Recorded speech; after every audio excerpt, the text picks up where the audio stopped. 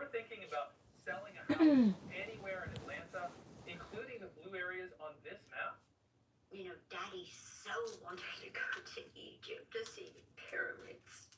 That was his, he was so we're gonna go to Egypt, we're gonna see it. And he never got to go. But it's time. And grief. I never realized just how horrible grief is. It comes in these waves, and you just go, oh.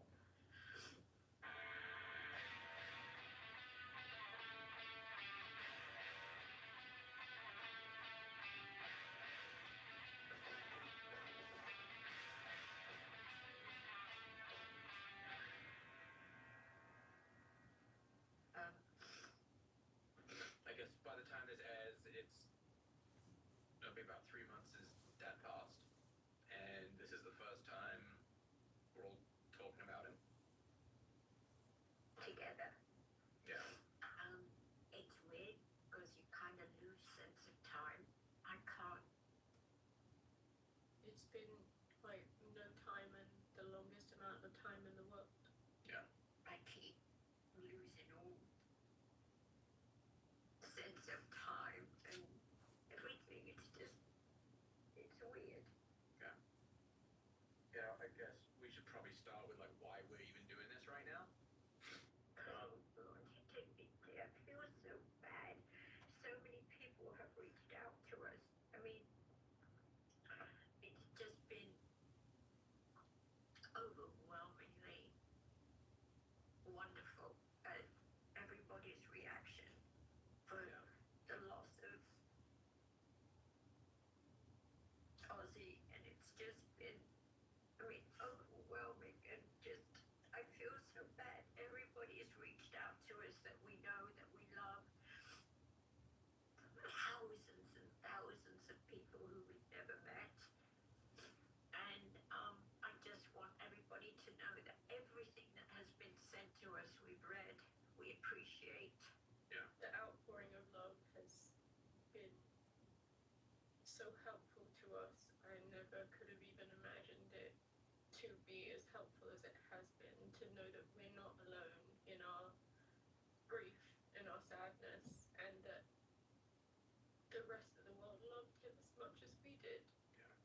Did you find the outpouring, it added a different element to it? I haven't seen an outpouring like that since Princess Diana died. I didn't expect it. Yeah. It definitely added a different element to it. For me, it was almost a beautiful but also unexpected, strange, because I said this the other day. I was doing an interview for Dad's book, and what I said was, when you grow up, you every child does this. You're like, I wonder what's going to happen when my dad's going to die. I wonder what's going to happen when my mom dies. It's just normal. I think everyone has those Your thoughts. biggest fear. Yeah. And I just never, it never crossed my mind that it would impact anyone kind of outside of, I didn't think it was going to be like it was. It wasn't just the heavy metal community, it was the entire world. Yeah.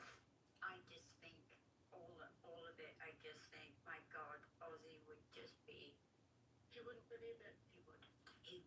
It was hard for him to take the show because he didn't realize how much he was loved, and that was his beauty. Because he never took it for granted from anyone. Yeah. He never took it for granted. I'm this, I'm that. He had no idea. He was so living in his bubble. He never had any idea how much people loved him, admired him. Even if they didn't like his music, they liked him. And he was just larger than life. He was one in a zillion. I mean, maybe we should back up a bit, because I think, he talks about it in the book a little bit, but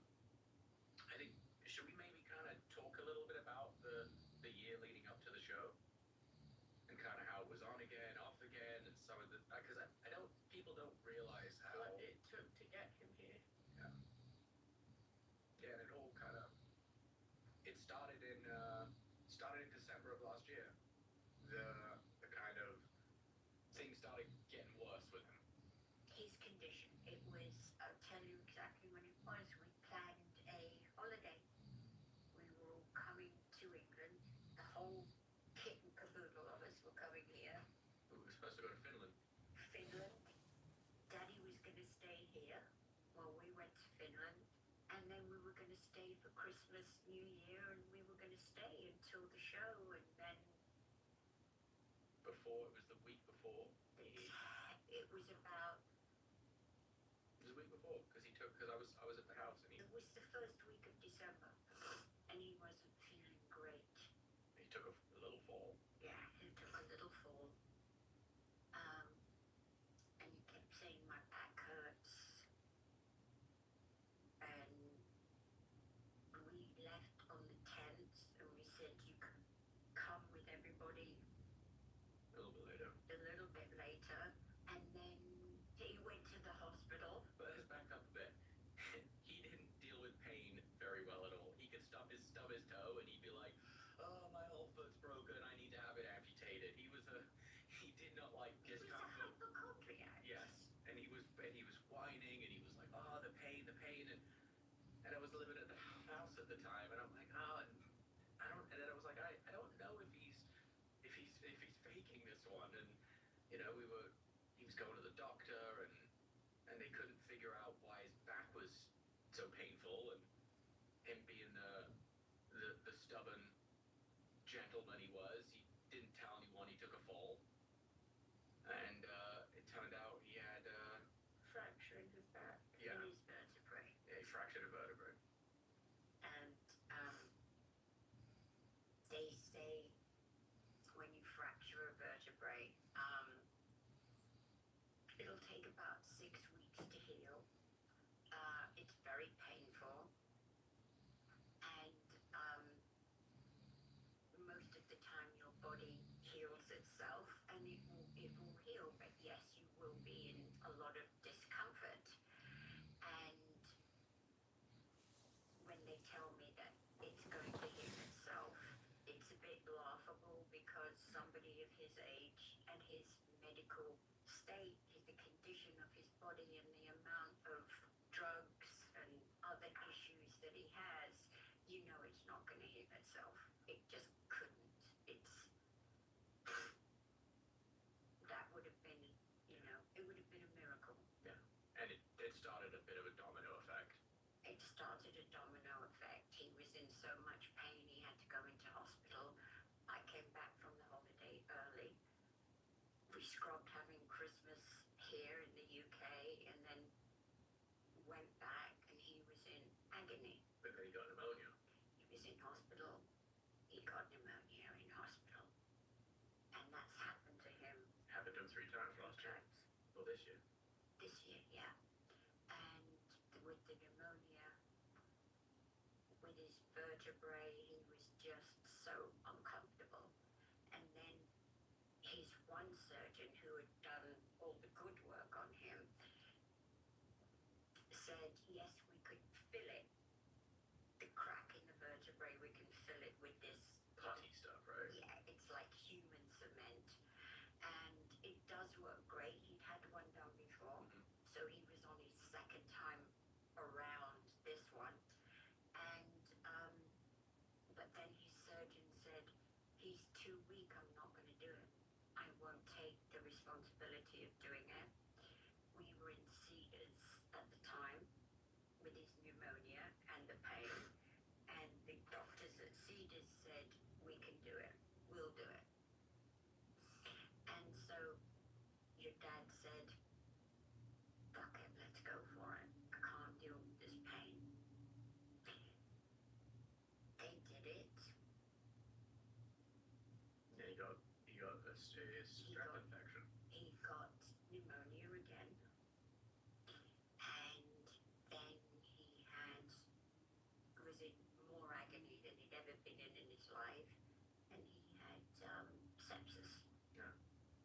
And Was it sepsis or strep? I thought it was strep. no, sepsis, which is the worst Yeah. thing in the world. Yeah, he got it from the procedure. He got it from the procedure. I just don't think anybody besides us has any idea just how much he went through.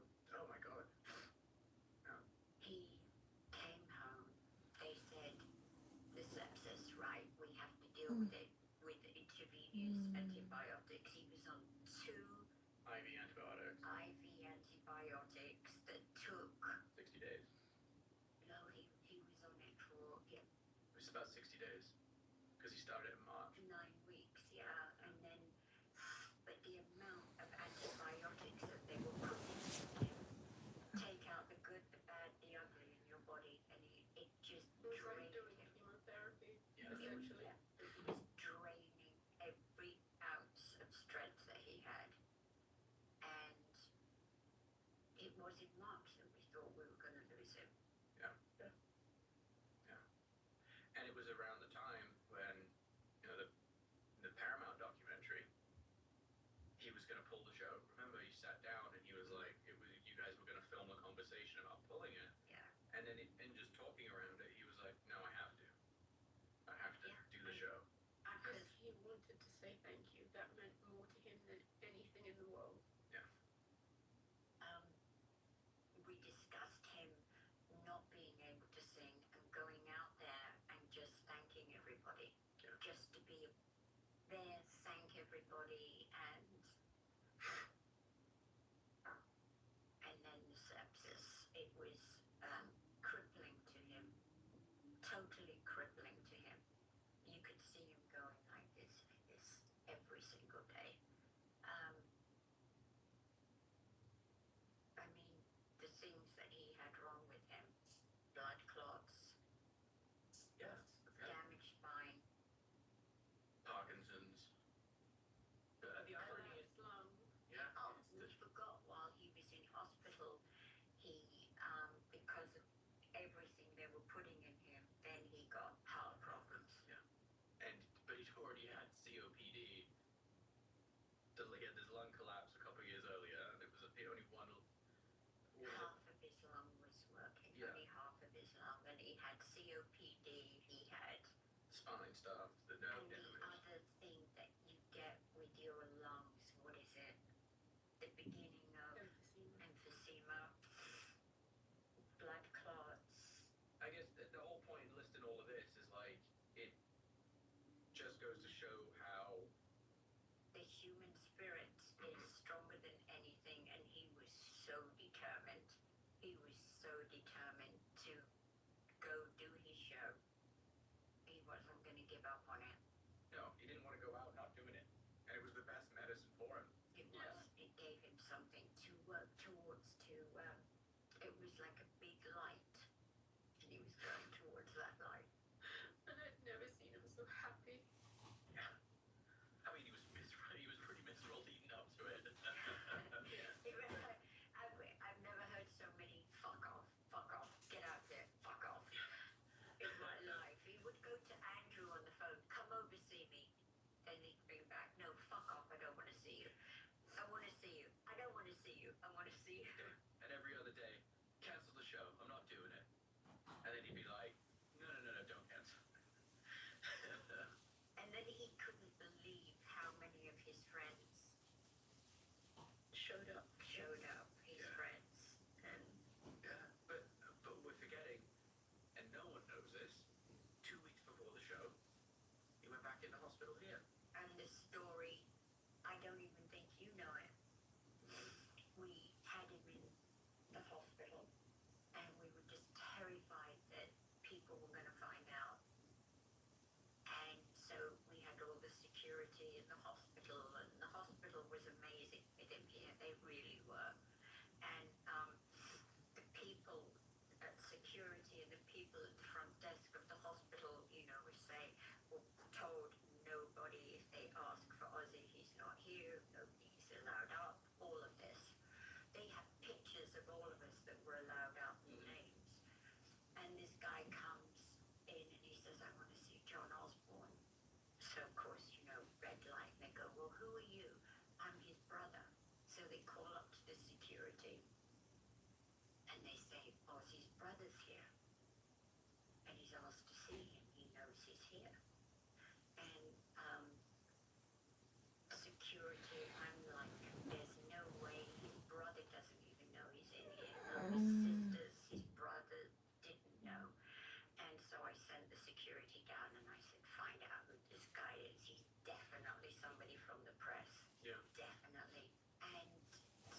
security went down, you know, and they're not the most polite in the world, you know, they're a bit threatening.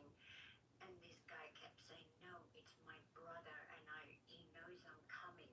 He knows I'm coming. So after harassing this poor man, there was a John Osborne in the hospital, and it was his brother with him. And then you felt so terrible, so terrible. And this poor guy just wanted to see his brother, and you just go, no, no, why did we do that? So, I mean, Daddy was hysterical laughing. Yeah. He was in good spirits though when he was at the hospital in England. He really was. You know, he liked it. He said it was the best hospital he'd ever been in. Yeah, he was having a great Best He was food having, menu. yeah, he was having a great time in there. They were spoiling him, and But like, I think it's really important that we make clear that like, it's not like we like forced him, wheeled him out there. Like, you get out there and do this fucking gig. It was like he was adamant. He gave him every, you know, he was running the show. He said he knew exactly what he wanted, and he was determined to do it.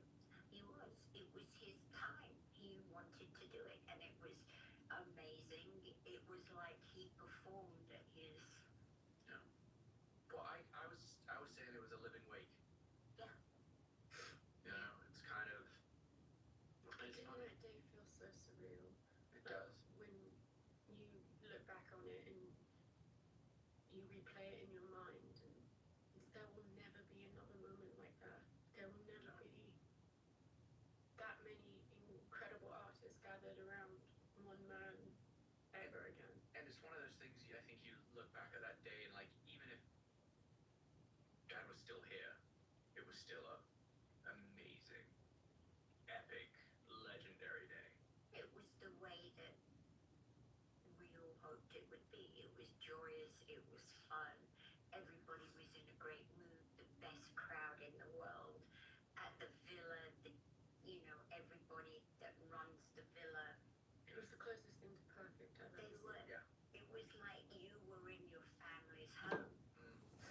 And doing a show in your family's home, it was just unbelievable, and just everybody involved in it. We had the best crew in the world. There was no ego. No ego. And Or anyone.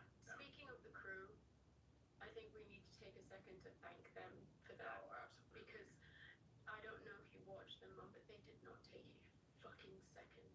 No. Well, they couldn't. The schedule was too tight. They worked their asses They off with did. every set change and made sure everything ran smoothly, and they Yeah. were just happy to be there. Yeah. Jake. Jakey Lee. No, Jake Berry. Jake Berry. It's Jakey Lee. I mean, just to see Jakey Lee after 38 years. Yeah. Daddy hadn't seen him in 38 years.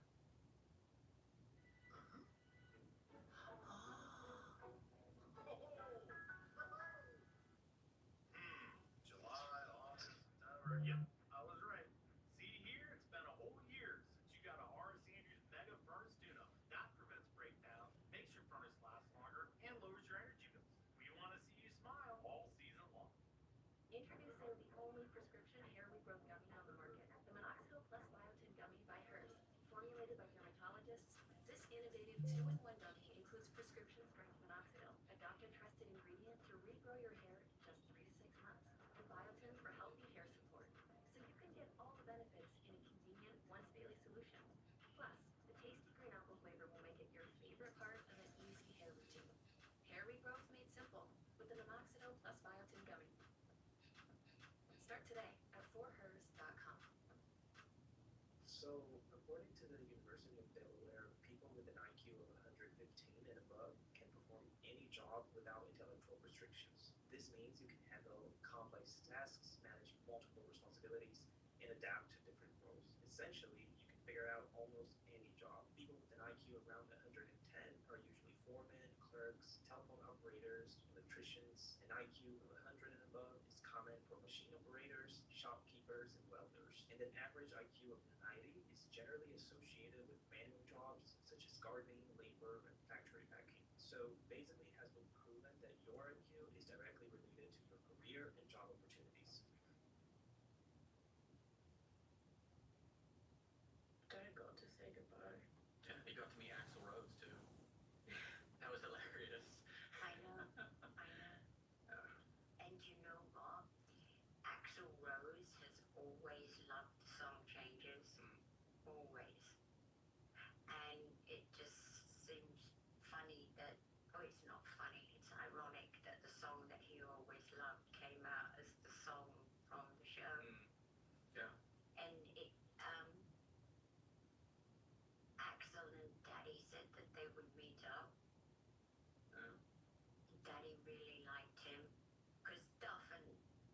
Slash. have always been there for us, always.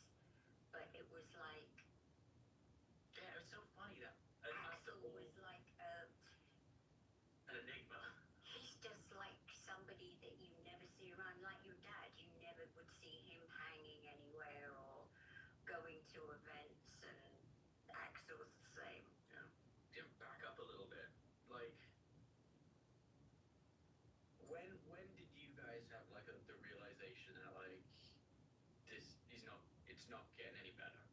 This sepsis, when the sepsis and when he was diagnosed with that, I was like, I don't think he's going to be able to cope with the effects of this, because I mean, it's just horrendous.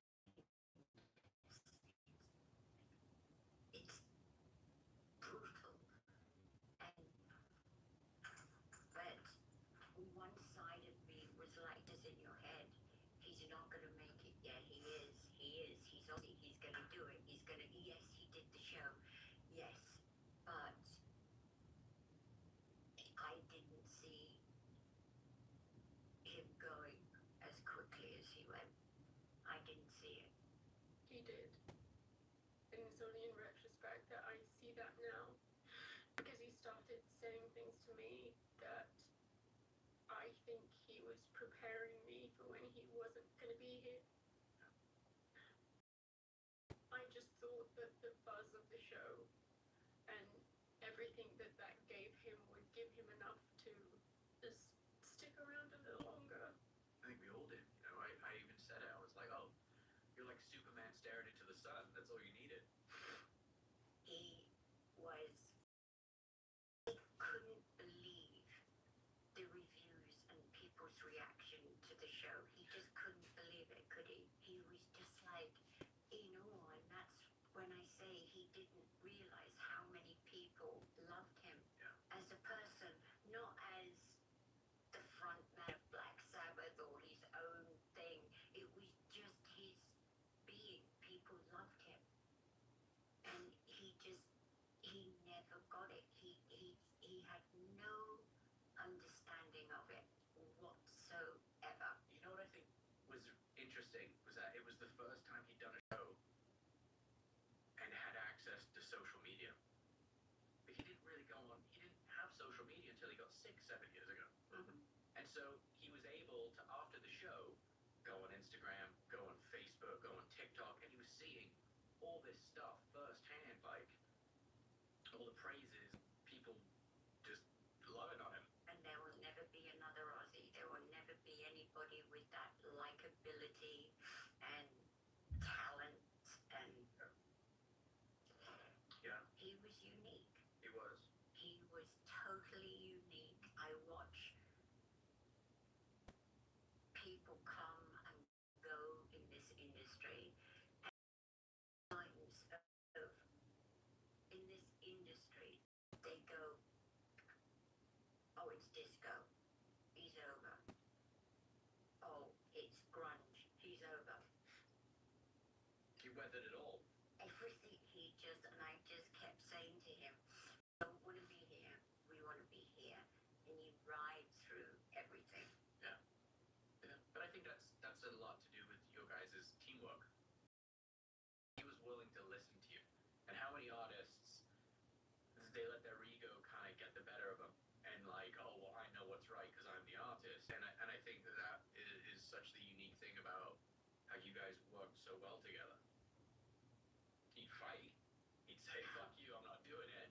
Fight the worst fights in the world were producer fights. Yes. They were the worst fights in the world. Yeah. Nothing like those. But he was just so unique, and he was proud of where he came from.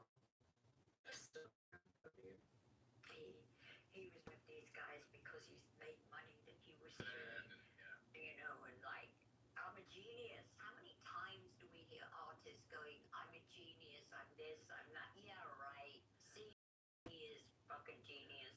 Yeah, I was having a conversation with a friend recently, and he was asking me, he's like, what do you think it was about your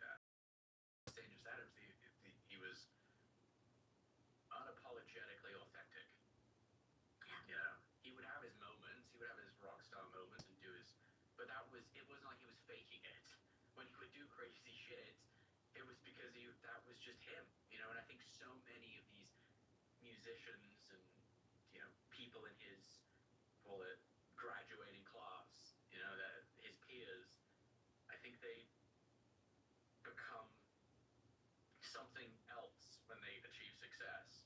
And yes, Dad did. I mean, look at his house. It's a far cry from Lodge Road. But he was still authentic.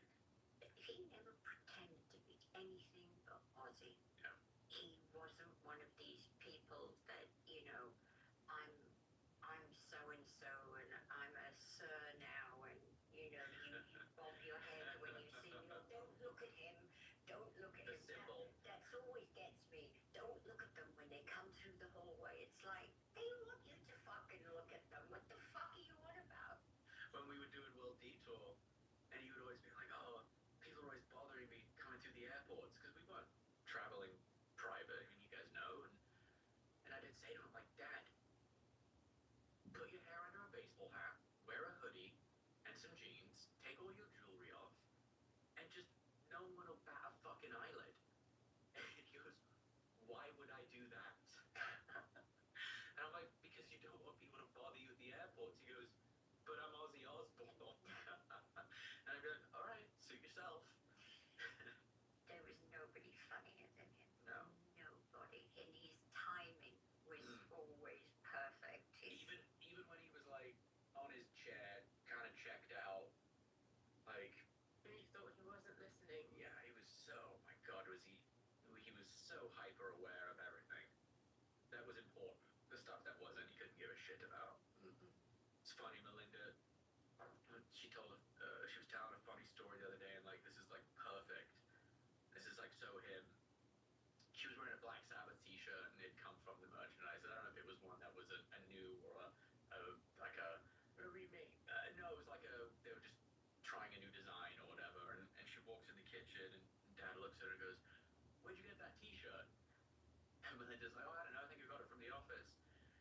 And he goes, I fucking hate it. Oh, Who would say that about everything? yeah. Hate it, hate it, hate. What do you think of the station? Hate it. What do you think of this merch? Hate it. Fucking stupid. Fucking stupid. And then, of course, he loved it all. Loved it all. Yeah. Loved everything. Yeah. You've never met anybody with a bigger heart than Dad. Oh, yeah. I have to say this, even though it's not appropriate. It's all appropriate, don't worry.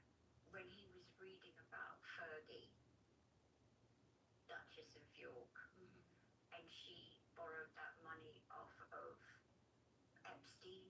She borrowed some money off him, and it was some ridiculous number, like $15,000. And Ozzy goes, fuck me, if she'd have asked me, I'd have given her 25.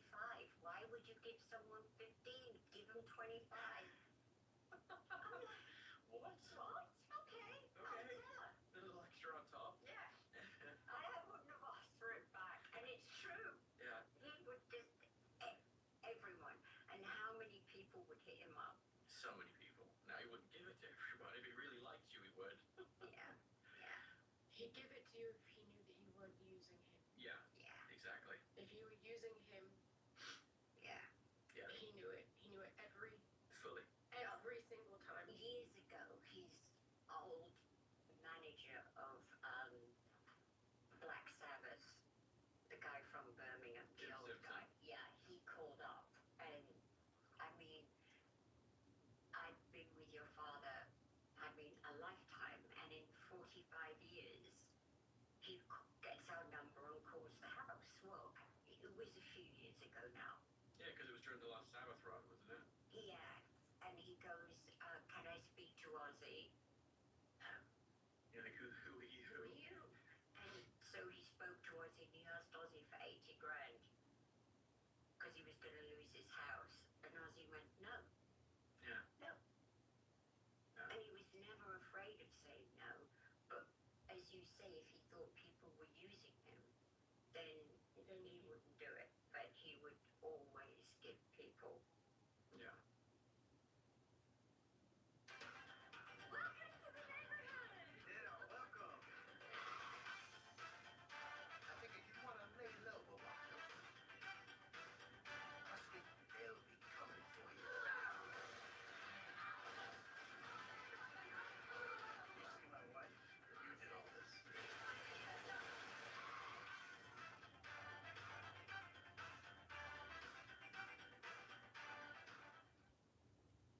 last year when I made that call.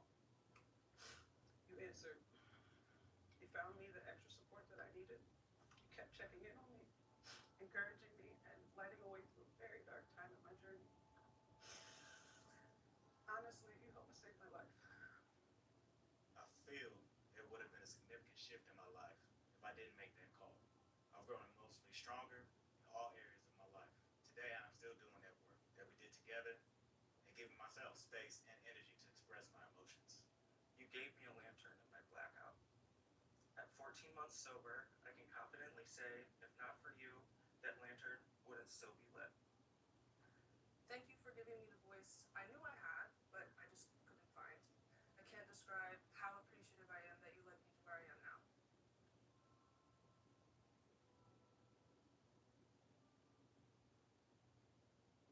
Yeah. Well, since you brought up Jim Simpson, we might as well talk about that for a quick second. Yeah, Jim Simpson. First manager, he was there for the first just under 2 years of them forming and Changing from Earth to Sabbath.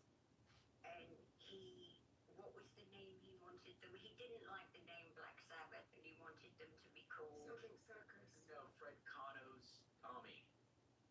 Something like that. something like Giza told us Fred Carno's Army. Yeah. And he wanted them to be a jazz band because his forte in life was being a jazz Manager, promoter. promoter. You know, I don't know him from a hole in the wall. He wasn't cruel to them. He did his best for them. He definitely wasn't mean to them, but he only could take them so far. Because he was like a local guy. Local jazz guy in Birmingham, great. You know, he has his niche. Great for him. And everybody knew when Black Sabbath came to London. That's when I first saw him when I was 18. Everybody, the industry, you've got to remember in those days was, it could fit in an envelope. Everybody knew everybody else of importance in the industry, and it was a tiny little community. And everybody was like, there's this band, everybody's talking about, they're coming to play in London, and they've got a schmuck of a manager, right? Yeah. And so everybody wanted to steal them. There was about, say, 4 managers at the time in England, so it was like that. Everybody was at the gig, at the marquee to see them. And my dad had a meeting with them the day after they did the marquee because He was trying to poach him. as the other 3 managers were in England at the time. And they came in, they met with my father, they'd heard all the rumours about my father and were terrified of him. But in my father's office, his chauffeur bodyguard, a guy named Wilf, collected Sabbath from their hotel and brought them to our office. And they met with my father, obviously totally terrified of him. They left. Wilf drove them back To Birmingham. to the station. Really? Not even that far. No, to the station to get the train back. And he stopped in the pub, yada, yada, yada, yada, chatting. And then within a week, there was another guy that worked for us called Patrick Meehan. And my father brought him in as a tour manager for Gene Vincent. And then he stayed on working for my father. And so he was like a day-to-day guy for artists in my dad's office. Wilf and Patrick Meehan, It was like a double poach. double poach.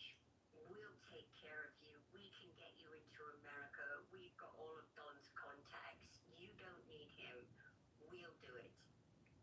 Within a week, they'd gone with the bodyguard, chauffeur, and the day-to-day guy from my dad's office, which was, hey, you know, All's fair in love and war. absolutely.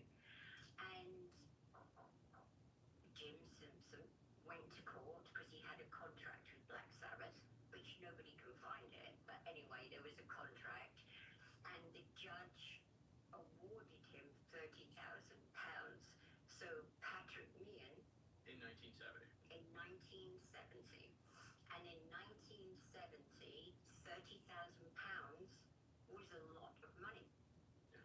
It was a It's like 600K in today's money. right. So That's it not nothing. sounds today you go 30,000. That's disgusting. How could they just give him that? Yeah. But then it was a lot of money. So Jim Simpson, that was it. Yeah. Gone. They never spoke to him. Never saw him. It was like they were like flying. I mean, it was like instant success worldwide for them when their record was out. And Jim Simpson never heard. There was no relationship with him, with any of the guys. There wasn't bad blood, but they were busy being famous, and he was in Birmingham. So their career was flying high, and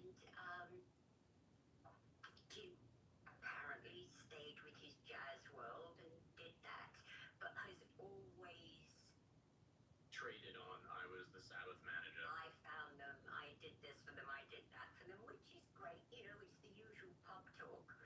But now, 56 years later, he has tapes he claims, of Sabbath when they went into demo to get a record deal. Yeah. And he's trying to say that they're the Earth demos, right? They are the Earth demos, he claims, and he claims ownership because he says he paid the bill for the studio, which he says was £500. Now, if £30,000, Surely that would have been baked into that. if £30,000 today is worth 500,000 or 600,000, what's £500? Yeah. He would have never had that money to pay for a studio in those days. Never. Anyway, he claims that he paid, so therefore he owns them, and he's kept it quiet for all these years because they're now out of copyright, which is 50 years. So he's been holding and holding and holding. Anyway, this story is cutting to Jim Simpson could have called us at any time and goes, look, I've got old photos, I've got these tapes, let's be partners, let's do a deal, pay me, on the Figure it out. back end, whatever. No, he doesn't do that. He keeps it totally quiet, finds a little record company, because no major record company would have taken it. Mm-hmm. He finds this little record label, which the guy who runs it has gone 7 times bankrupt, which is fine, but it just shows you Yeah, there's not like a track record of success. No. And he does a deal with this little record label to take the tapes and then now trying to. distribute them. So we found out, and for 18 months we have been going back and forth and saying, we will sue you. You cannot do this. You cannot do this. Now, he's never said you'll get a royalty, not 1 penny. He thinks he's going to put out these tapes and he's going to get 100% of everything for himself. Yeah. Now, in his mind, he's going back 56 years to where they started. For the first 10 years of their career, they made millions and never got a penny. Yeah. And so he's treating them the same way. Treating them the same way, and it's like, no, I'm sorry, I don't care what the fuck your name is or where you come from. You are a pig. You want it all. You're trying to get away with this. You've waited your time out of copyright, and he could have had it so differently. He could have come to us with the tapes. He would have made a lot of money. Yeah. And Sabbath would have done well. But you cannot take this and do this to Sabbath again. The second time it would have happened to them. And I'm like, I am putting it out there to every Sabbath fan. If these tapes come out, please don't buy them. Don't support him. Don't support him, 100%. He's lying and saying that he will give money to charity. He's never said what charity or how much money. And what I want to do is just say to him, let it go to a proper record company. It can be properly distributed, properly produced. You will get money. Don't do this. Give it what it deserves. Yeah. Don't treat it like some rinky-dink car boot sale, mixtape. And don't just, that's exactly what it will be. And he is going to distribute it from his office. Big Bear Records, which isn't even a limited company.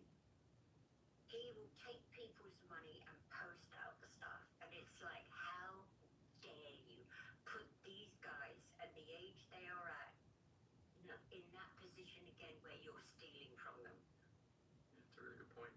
So, I mean, with that being said, since Dad's passing, has there been any kind of vulture-y type? Yes. yeah, you've got all the merch people that come out and, doing this stuff that's all unofficial and whatever. And it's like, hey, okay. And people claiming that Dad said things to them that he never said. Everyone's always going to do that, Everybody gets on the bandwagon. He said to me this at the last show, and he said to me that. Who did Ozzy talk to at the last show? Axel. There was a few. But But I know the people he spoke to because they had to come into the dressing room to see him. Yeah. So we know who he spoke to. And there's been a couple people, and I don't know if we want to name names, but It's not. have said that Dad said certain things to them at the last show that we know he never said. Yeah. And I mean, we've had quite a few nutters coming out of the woodwork saying that they're speaking to Dad from the grave.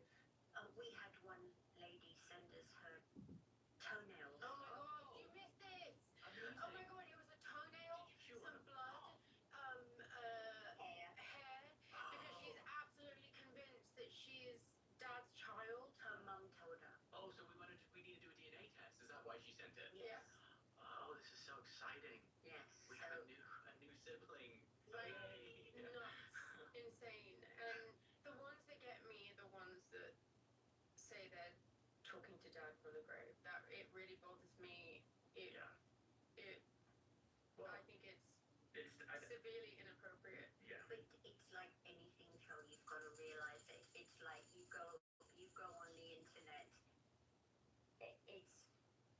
There's always a group of people, But the fanatics, the nutters, the this that will always come out, and you just, it's life, unfortunately. That you just move on. I think a part of that though is just how deeply affected we were talking about it earlier by Dad's passing people up, and I think a lot of it is that, and I'd see messages and people were like, I never thought I would feel this way about someone I didn't know dying, musician, whatever, and I think people are genuinely feeling this void, and they're just like, holy shit, this guy's gone. He was like, it's very much like Robin Williams because people adored him. You didn't have to like his movies or whatever. He was one of these people you just walked to. Yeah. And your dad was the same. He was just. Yeah. And Robin was very much like your dad, where he didn't care who you were. Yeah. Didn't care. Come talk to you, give you a hug, just a great guy, with no pretenses, genuine, and those charismatic people that people were just drawn to. Yeah.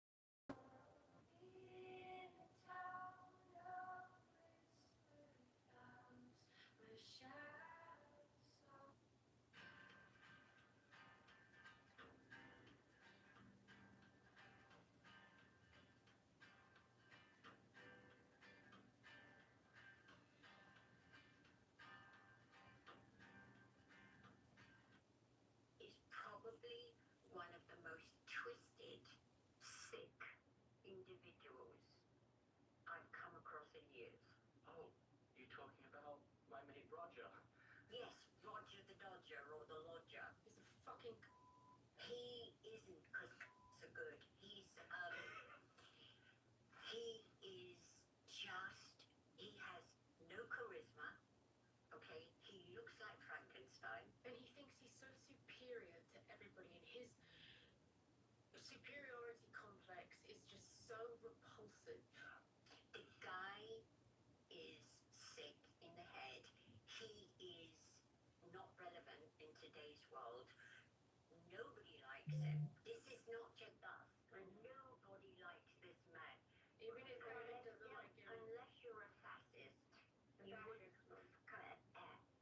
He's one of those. I don't even think the fascists like him much. He's boring, no charisma. He's got no stage presence. Jealous. Oh my God, envious. I mean, envious.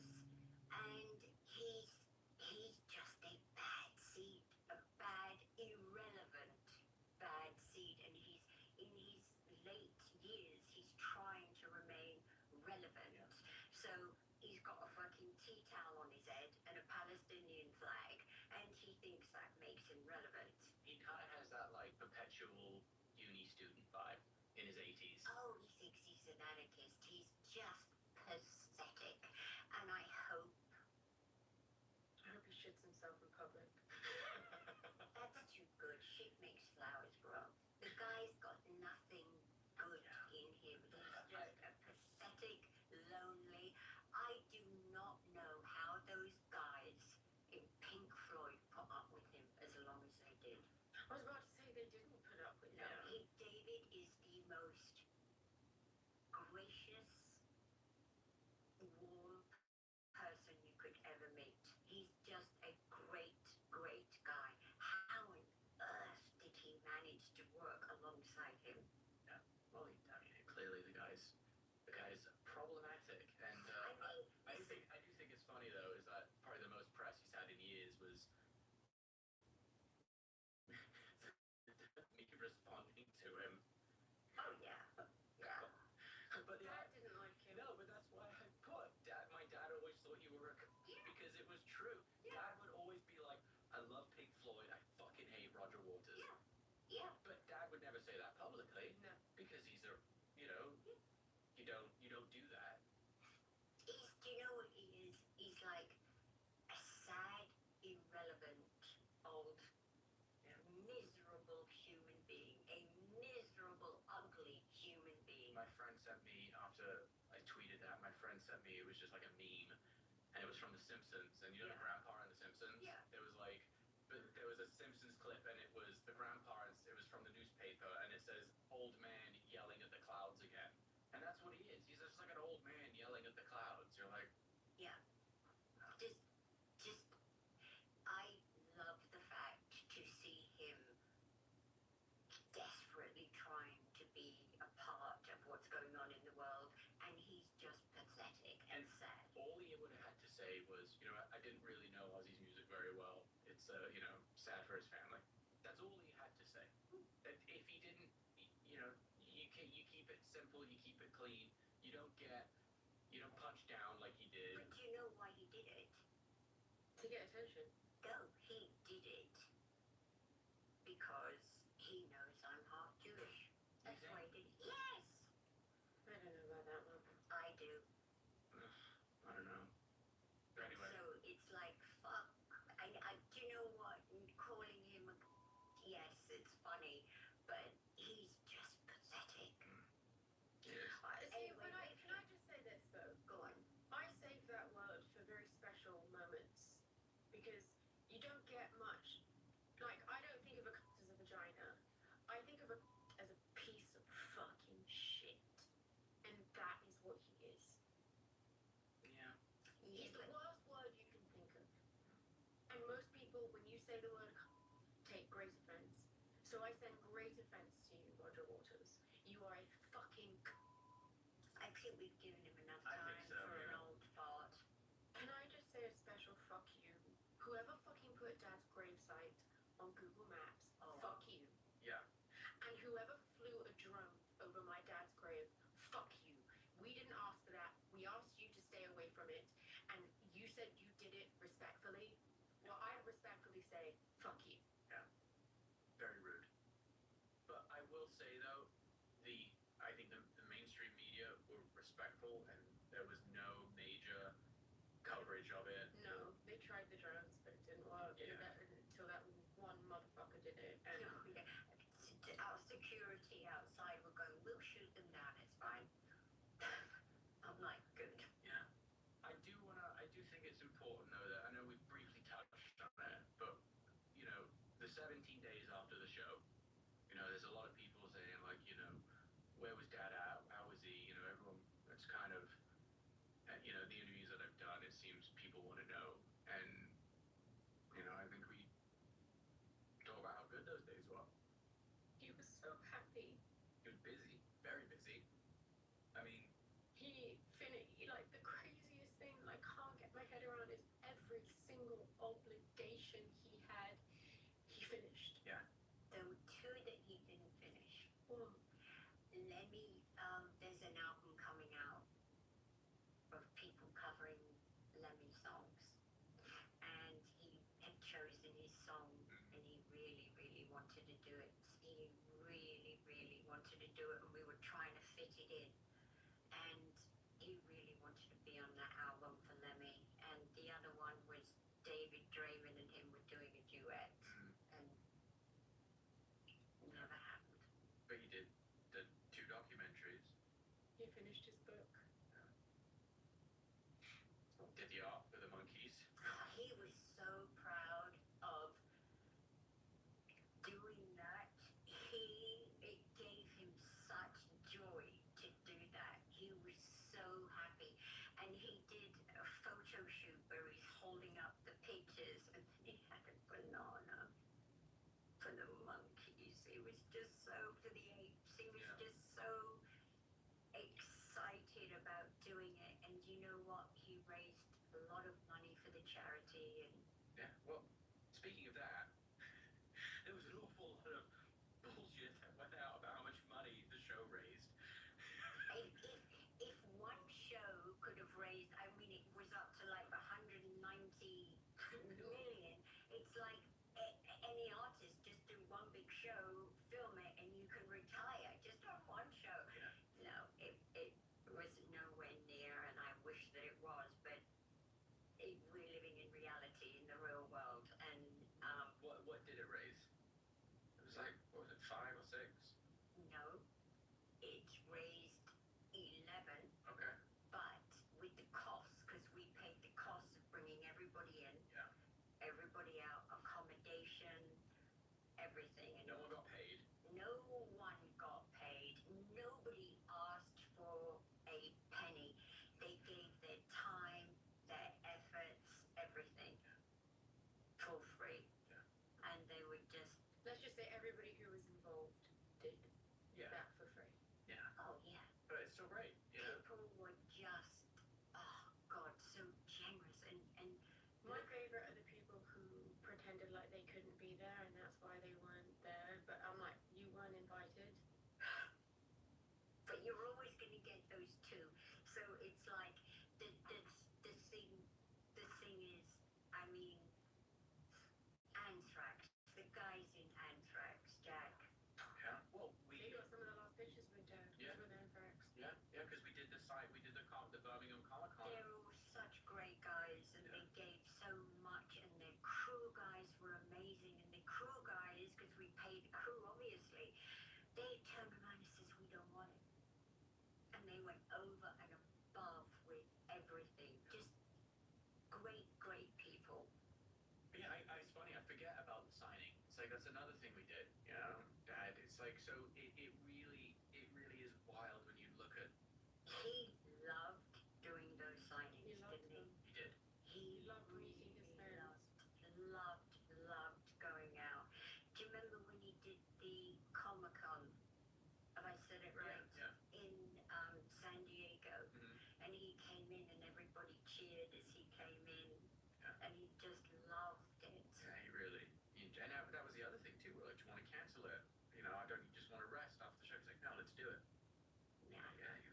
fired up, and I think that's why it's been so hard, is because we know how he was On a high. yeah, He was loving life. he was rocking and rolling, literally, and it I'm just so grateful that I got to spend these 2 weeks with him. yeah, God, yeah, and that's the other thing. He got to spend time with all of us individually, and Lewis even was with him the week before. It was just like, Yeah. Louis and the kids and everyone. yeah, everyone got to have that time with him. Yeah. Yeah. I talked about the podcast I did, my kids getting stomach flu, and I was supposed to be in Portugal, and I wouldn't have really got to see him. If you'd have gone on that trip. Yeah. Yeah. Yeah. It a lot of things kind of lined up in a, I don't know. It's fucked up to say, but there was a level of perfection around it, because I don't think there was anything left over. In the sense of like, oh, I wish we'd have done this. Oh, I wished we'd have done that. I just wanted more time. But you're always gonna want more time. You're always going to want more time, and this is a huge example for our little family. Time is so precious. Time, and don't waste time with anyone. Time, and it's like we always used to say, Daddy and I would say, you can't buy time. No. It's No. if only, if only. And there's one resentment I have, and that is, I always heard Dad going downstairs in the morning. And the first thing I always said to him was, "Morning, Dada, I love you." And I'd call it out, and he'd say, "I love you more," and walk down the stairs. And on the morning that he passed, I didn't say it. But he knew. He knew. He knew so much. Yeah. One thing, Ozzy was great, and he was a master of acting not dumb, Checked out. Oblivious. checked out, and he was a master of that, and he wasn't. He knew everything that was going on. Yeah. Everything. With himself too. Yeah. He's really aware of himself. Yeah. It's Kel, you might have said this though, but like you're lucky that you were here.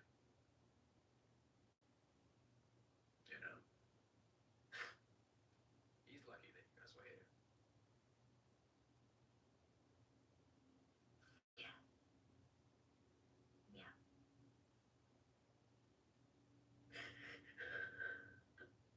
I mean, the people that have, it's just, Can I also just say really quickly a thank you to everybody on the medical team that tried their best with Dad. Oh, absolutely.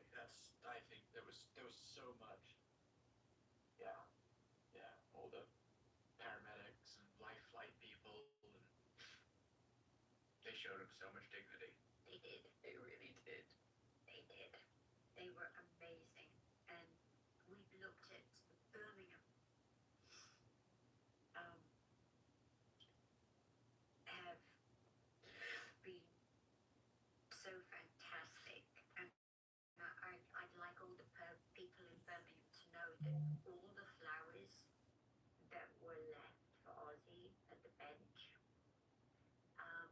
every single one of them was collected. Every single note was collected and sorted and photographed.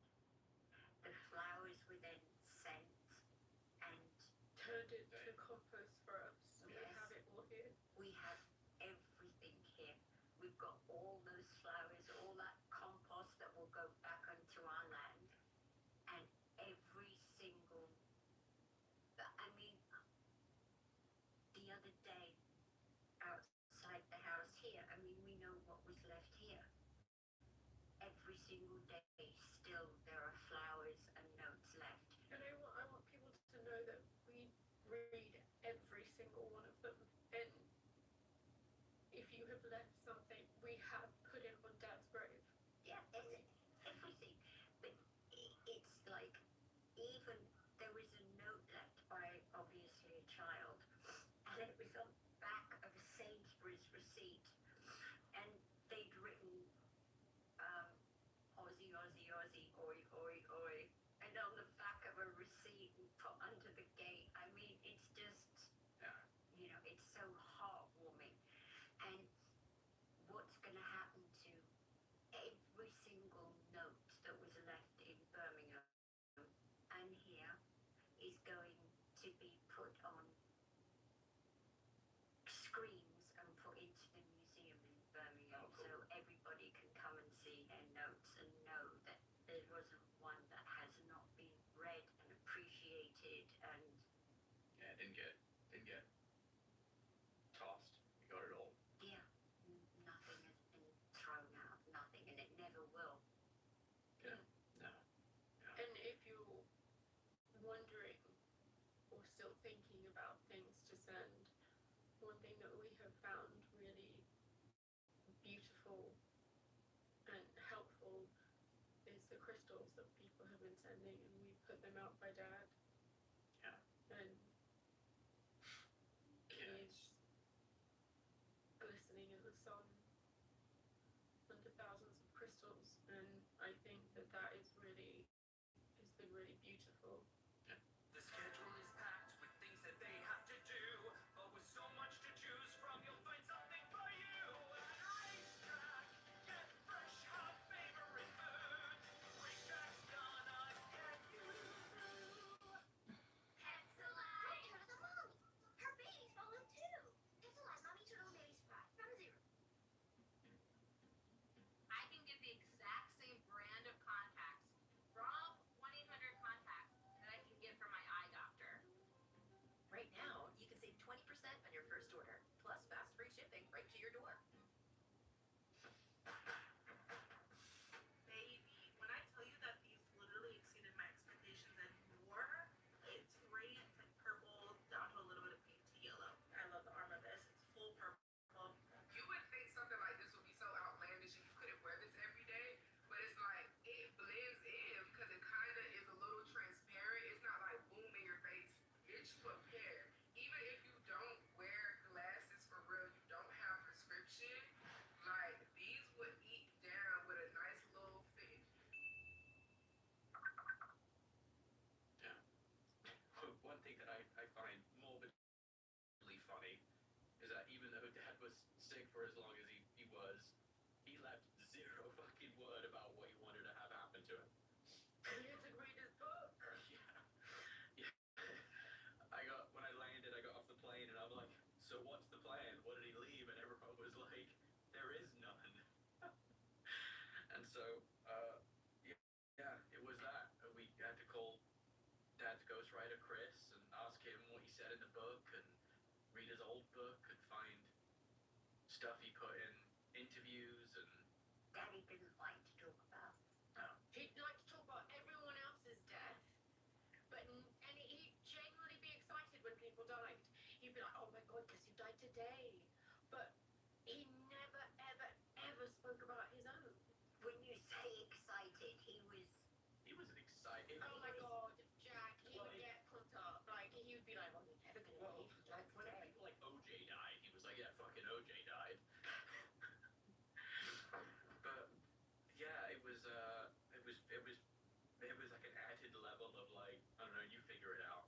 the one thing he left, which was absolutely, he did not want to be Cremated. Yeah. Yeah. No, he didn't. And that was our agreement. That would That was, it was just like an added thing of like, what do we do? What do we do? You know? But it was a classic hymn. You know, you figure it out, I'll just turn up on the day. yeah.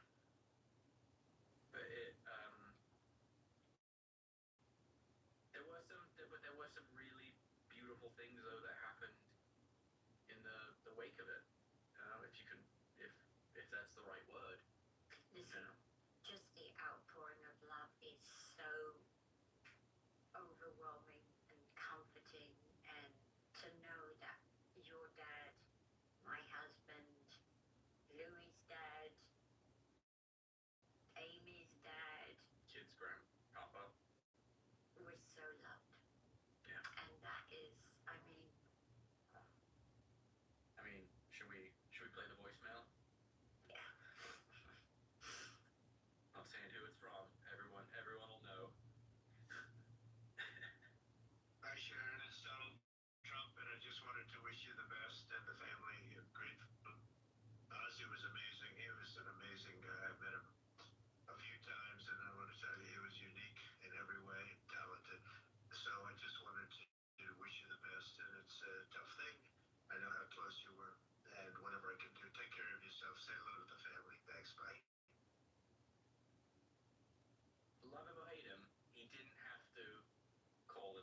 Mom.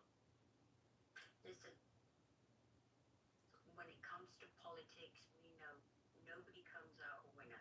Whoever you like, there's half of people are going to go like this, and now it's more so than ever in history, is it, that people's choice of which party, which politician, it's no, you can't come out a winner. All I know is a man that I know, I worked with for a month. I spent 1 month with him and his wife, who was always gracious, elegant, just a delight to talk to, his wife. Yeah. And he was always, how are the children? How is Kelly? I'm so proud of Kelly and Jack for what they've done, and their manners are great. And he was just a great guy to talk to, and he has always treated me with respect. Listen, I'm not American. I can't vote.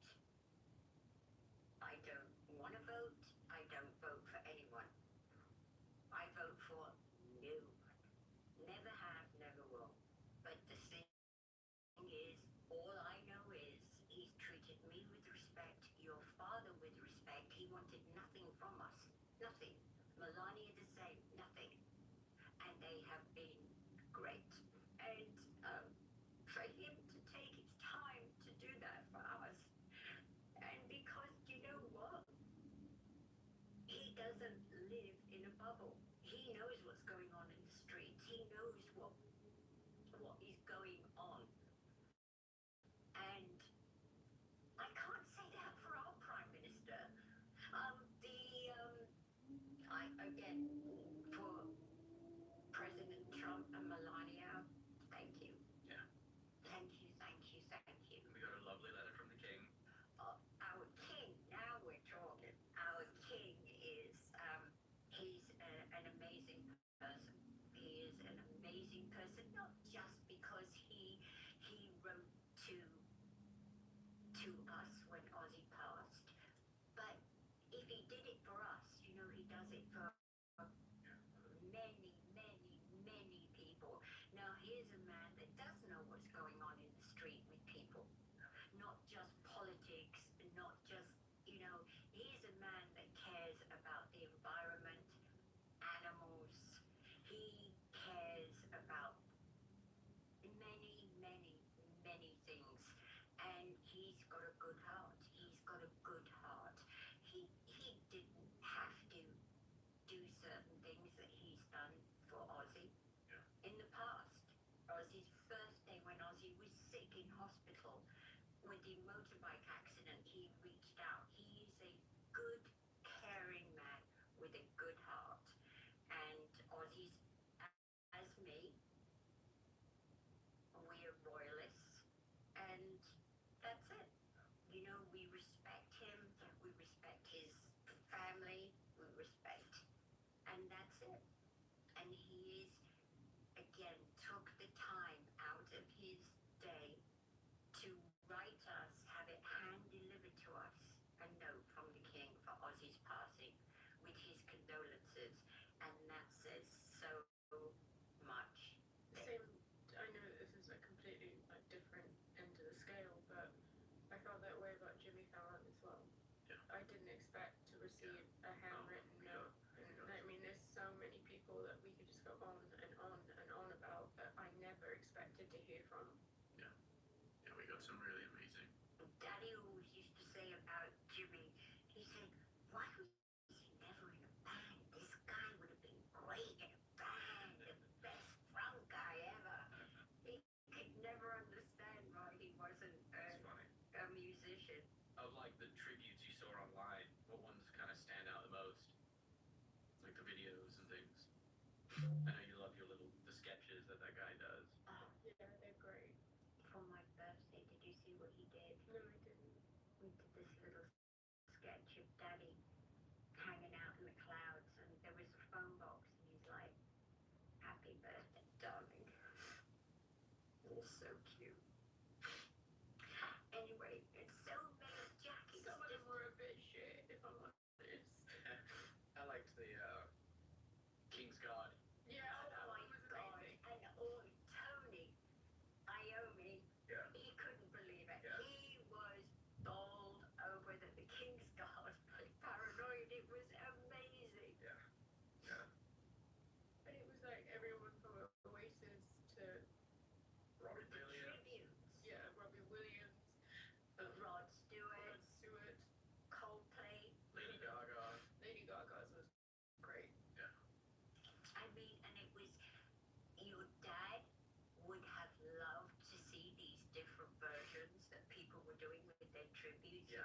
music, and it was just Rod Stewart playing Forever Young. Yeah. For that, I mean, so many, and I know we've missed out names from artists that did such amazing tributes to him. Was just like, It meant so much to us. Daddy, he would have just never, ever believed. I mean, he would always go on about Gaga's voice. I mean, he at a charity event that we were at, and she was playing piano, just singing in the middle of this, charity event, and he was just bowled over. He couldn't believe the power of her voice. And I did my kind of check-in podcast a few weeks ago about how what have you guys learned through this? The whole thing about time is so precious. It's so precious. And things I think of, when you go, retire, I'm going to do this. Fuck it, do it now. Do it now. Don't wait. To Egypt to see the pyramids. That is like, he was so like, we're going to go to Egypt, we're going to see it. And he never got to go. But it's just, it's time and grief. I never realized just how horrible grief is. Comes in these waves, and you just go, oh. I never knew I was capable of loving somebody so much and missing somebody so much. I just or even be here.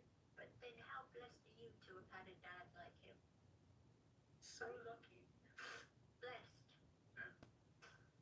Like, Listen, he wasn't a saint. Fuck. no, Jesus.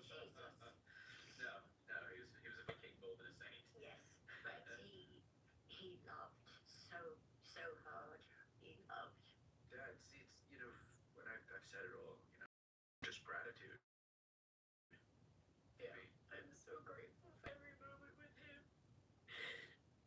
And I'm so grateful that he was my dad. And for all the madness and all the chaos and everything that came along with it. The interesting thing with grief is like, it is both kind of horrible and beautiful in a way that it forces you to kind of unpack and examine. It sucks that he's gone, but it also is, for me, it has led to like a huge amount of gratitude and love and like really cherishing moments that at the time you take for granted. How precious memories are. The memories that we've all got. And that's why I say, please don't stop posting. Because a little video that you posted, You might not think anyone will see. Like, yeah, we see them and it puts a smile on my face or makes me remember or makes me think of him and smile, and it's I was telling Jack, I saw something that Tommy Lee posted. I saw that Did yesterday. you see it? I texted him and said, thank you. It was so lovely. And it's just,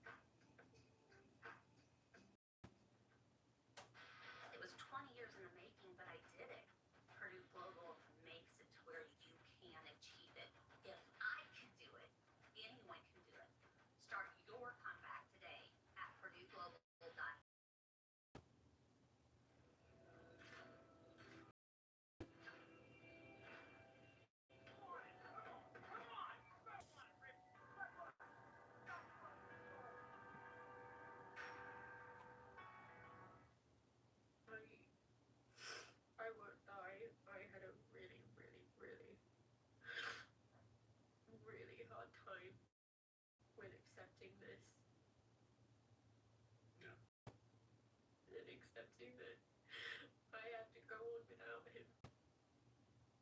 But that's just it. You He- don't. But He's there. He's with you. He's in here. He's in here. but he would want you to go on. That's the thing. He was the last person in the world to sit there and be like, fold up like a lawn chair. He would be like, what? You know what he would say to me sometimes? If I ever died, would you ever go with another man? I'm like, fuck no other man. Well, what fucking man wants me except you? Are you fucking nuts? Can you imagine?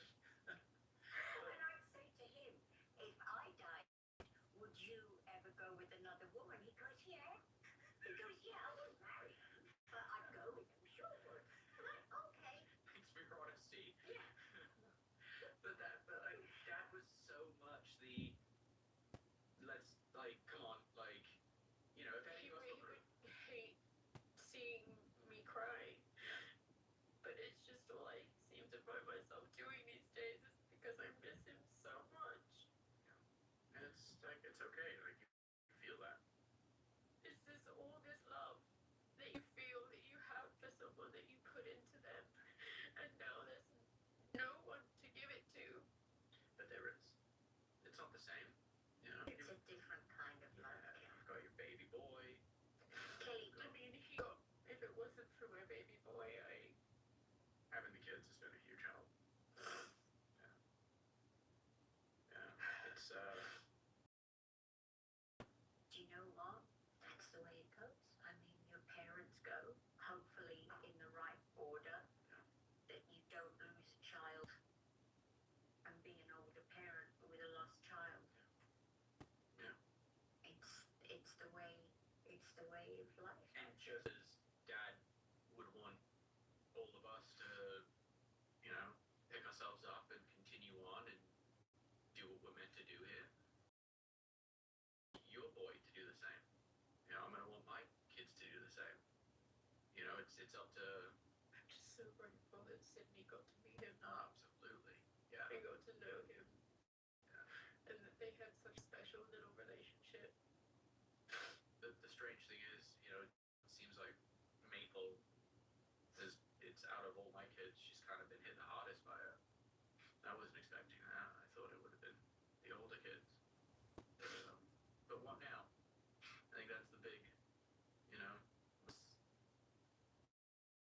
what's the moving forward look like? My head around time. Yeah.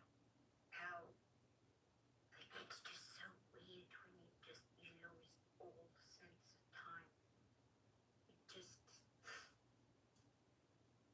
I wake up and I go, what day is it even? I wake up and for the first 3 seconds, I feel normal. And then I remember everything and mornings are the hardest for me. I was in a hard time. Again, like, cause you know Michael came to my door at like 4 in the morning or whatever. Like if I get up, I'm like, but, you know, I have this weird thing about being up like around 3 or 4 in the morning. What is the morning? Yeah. Because it happens in the morning, and I used to spend most of my time with Dad in the morning. At night. Yeah. I totally understand that. Said I totally understand that. I hate going into a room empty. I mean, I slept with you for the first 2 months so that you weren't on your own. But then I felt like you needed some space. I have found alone time has been helpful.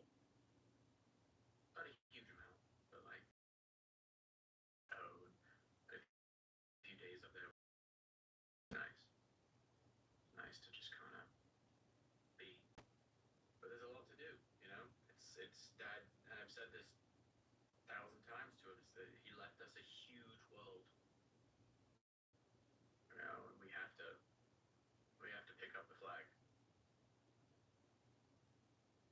Mom has to release a new disco album.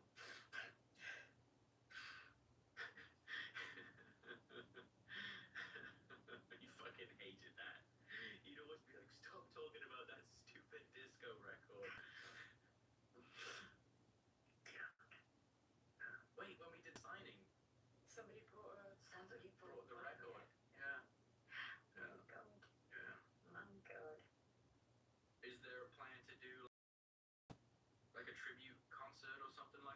that something you've batted around at all?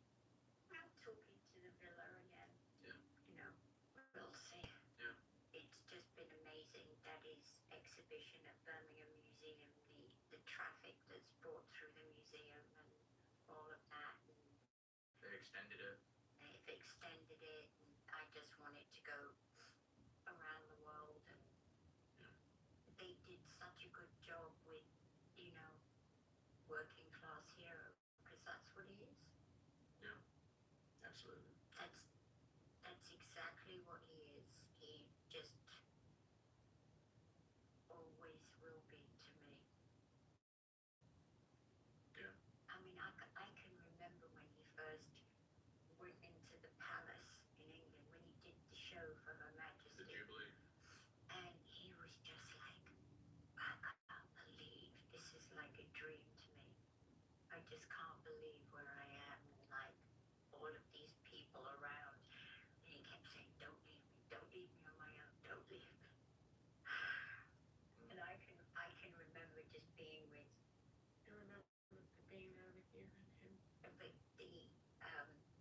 when we were inside at the reception afterwards, and I got my naughty head on to wind people up. I remember I said to Harry, he was there and he was talking to Zara and I'm not sure who else, but I said to him, as a wind up, I'm going to the ladies, can you watch my handbag? But he also asked us if it was true the dog shat all over our house. And I was like, yes. I don't remember that one, but I asked if he'd watch my handbag where I had a piss, and he went, no. I wanted to say, it's not for real, I'm winding you up, but you know. It's funny. Yeah, no. But I think that, yeah, I mean, I know we've said it 100 times already, but like, part of Dad's superpower was that he never, He didn't take things for granted. no, he never let it get too to his head. Never. He Yeah. just, For some reason, I don't know why this keeps popping into my head, but when we did that, when his last book came out, 2009, we went to the Spike TV Awards because they were giving him an award for his book. And on the way there, he was just in a foul mood. Remember? He was screaming. He was just having a full-blown oh, he was fucking awful that screaming night. at you, and it was one of the only times. I left. All of us No, went you were together. there. No, I left the awards early. I just, No, because You were there. No, It was I one was of the at the only table. times that all of us was together. I was at the table. Yeah. I sat, and then I was like, I'm not taking this shit I remember anymore. you did leave. I left. But even though he was being a total just nightmare, I remember we walked in, and then James Gandolfini. Oh, I know. And I don't know why this story gets me.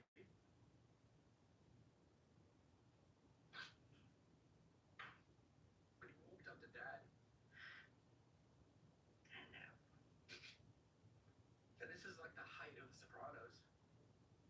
And James Gandolfini like gets on his knees and just kisses Dad's hand. Yeah. I'd do anything for a crummy kiss. But Dad it was always like, had food in his mouth when he gave you a kiss. but it was just that kind of. He's still like. I think he always struggled with like his superpower because he didn't understand it. Because he was still a huge fan of other musicians. Yeah. Such a huge music fan. Yeah. And he just never thought of himself that way. Yeah. Because he still was that man that was a fan. Yeah. But like I said, he didn't understand what it was that he had. That's what made him so special. Yeah, exactly. He knew he could do these things. He knew he was great at these things. But he could never sit there and contextualize why or how or. He told me a story once, so I'm not going to say who it was, but he is probably, might be still looked at as one of the greatest singers in rock. And Daddy obviously knew him very well. And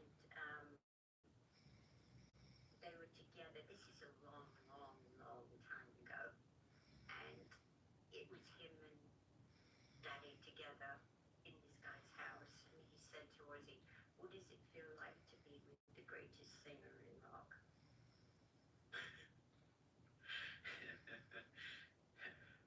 Please tell me you know her. Yeah. I know who it was. I'll tell you later. And I remember what Did Daddy tell you? he did, and then he probably followed it with, I don't know, I'll tell you when I find him.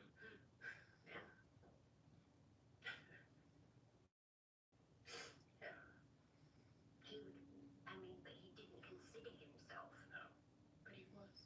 Was he would, when we would have to go to things like the Grammys and all of that, he would always feel like, And that's why he didn't hang out with a bunch of musicians, because he was like, you know, he wasn't like one of the lads who like, you know, did the deal. He just was his own thing.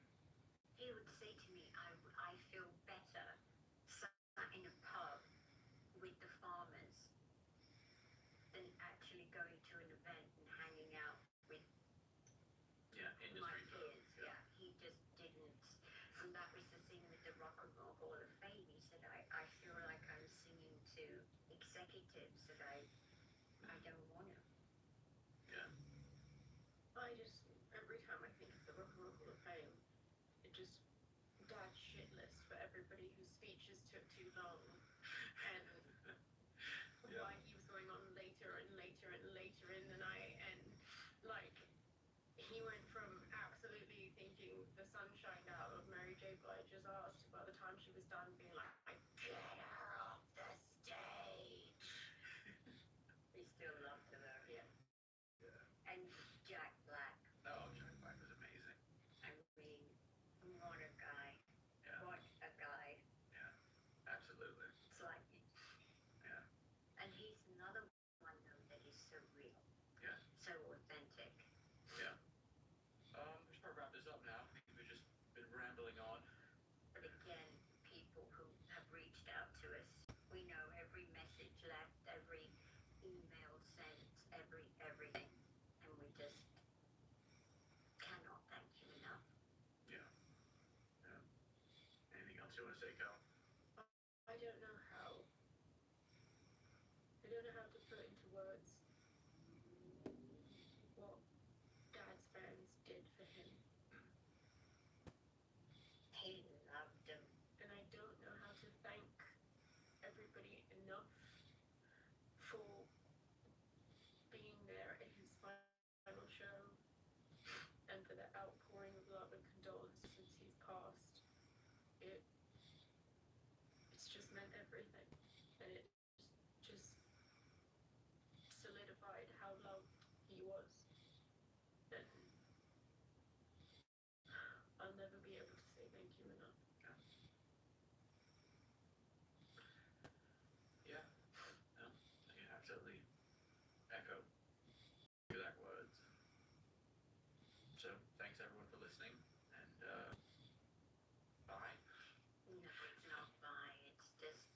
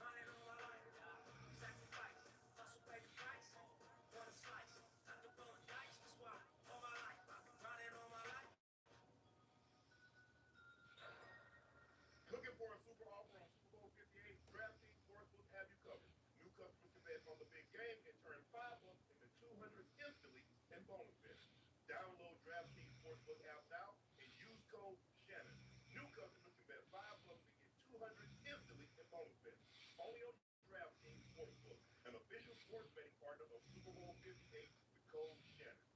The crowd, Joe. Hello, welcome to a very special edition of Club Shay Shay. I'm your host, Shannon Sharp. I'm also the proprietor of Club Shay Shay. And for this one, we got a whopper for you. He's an 8-time Grammy Award-winning pop icon, a multi-gold, platinum, and diamond selling artist. He received the last certified diamond by Black Artist, a generation-defining megastar, singer, songwriter, producer, actor, dancer, all-around entertainer, one of the most influential voices and accomplished singers in the world, one of the most successful pop and R&B artists of the 20th century and early 21st century. He's been active in the game for 3 decades, an NBA championship owner of the Cleveland Cavaliers. And please, whatever you do, do not leave your girl or your wife around this man.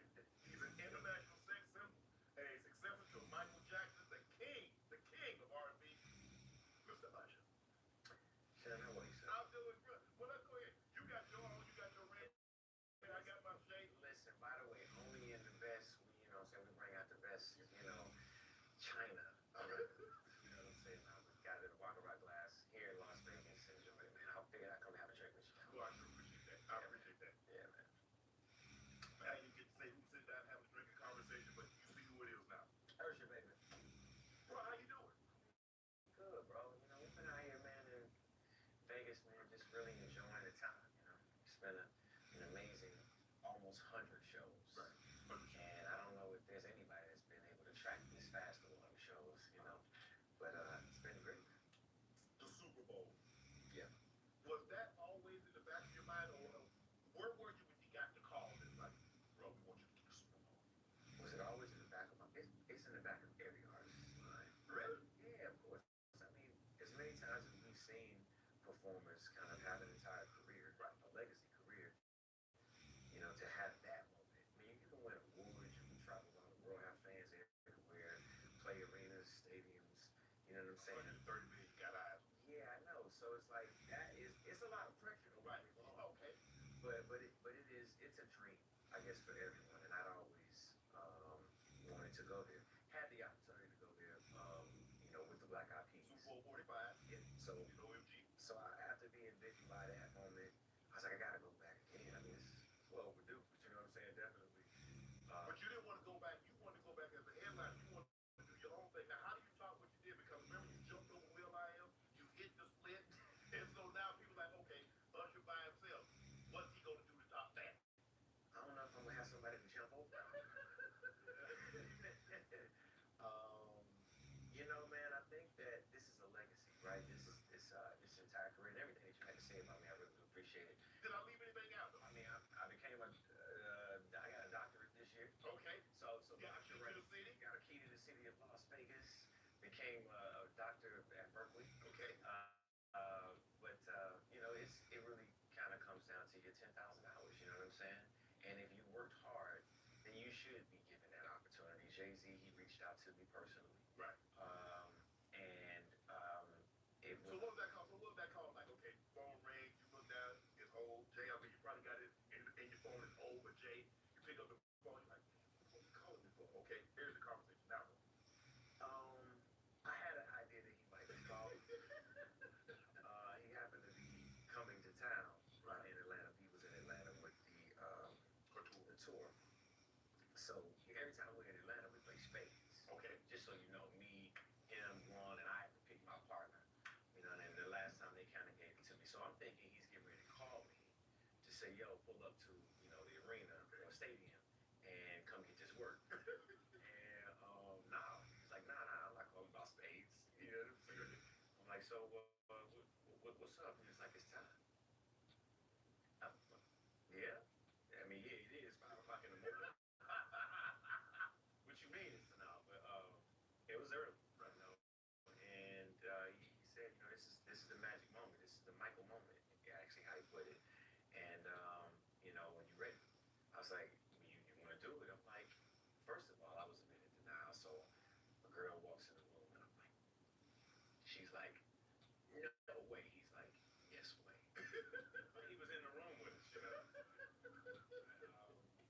Yeah, man, it was an incredible moment. And some of the greatest have done. Prince done the halftime. And remember in Miami, he was playing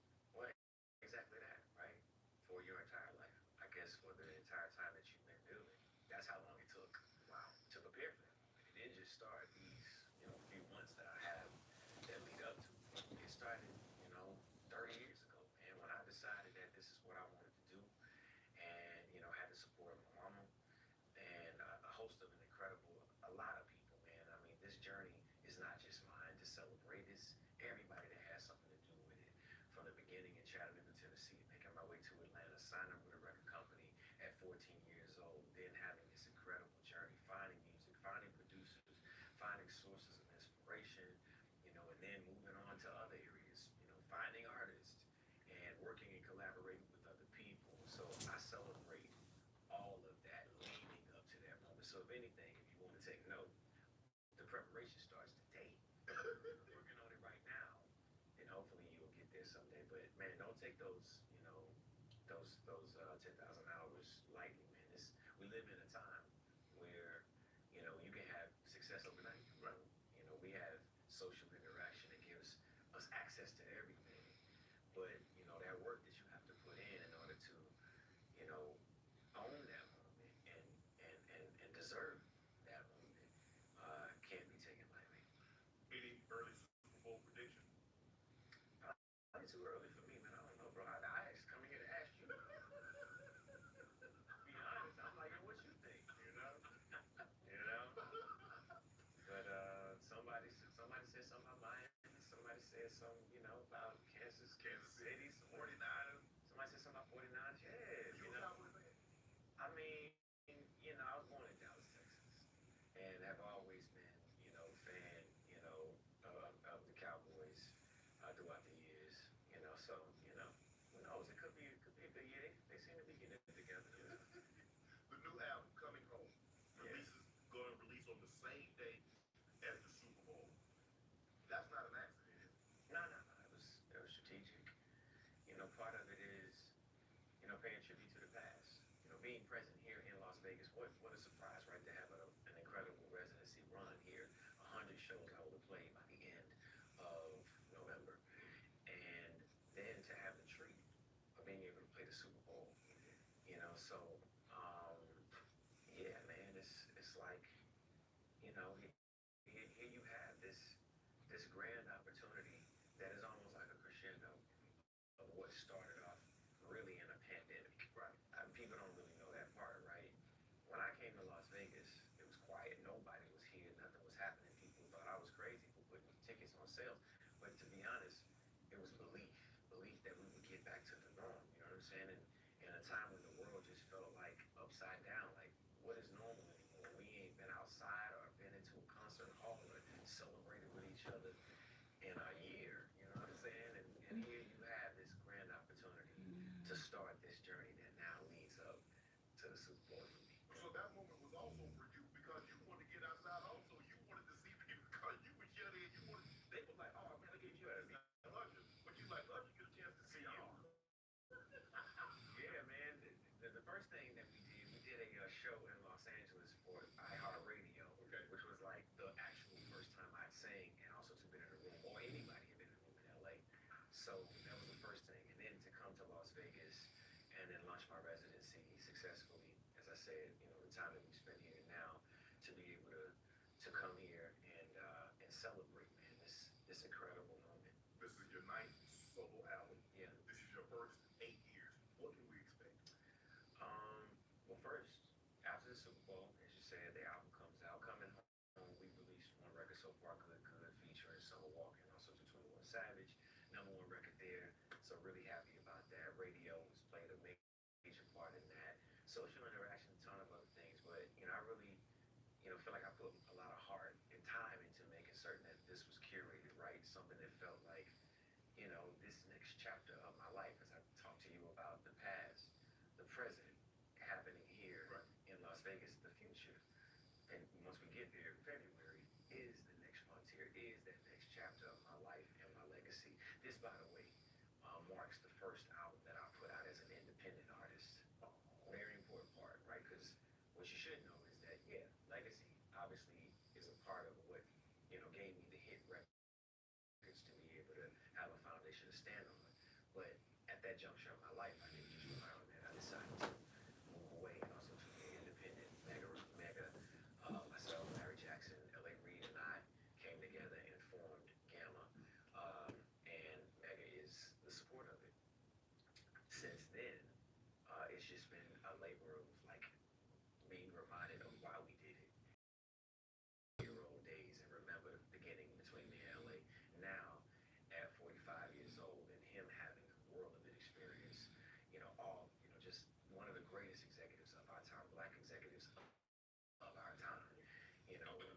so many artists and so many different genres. Now we get to bring all that equity together and do something that is all about He's passion. one of the greatest record executives, regardless of color. That's right. You look at all the acting that he's discovered and put on, he's been unbelievable. Yeah.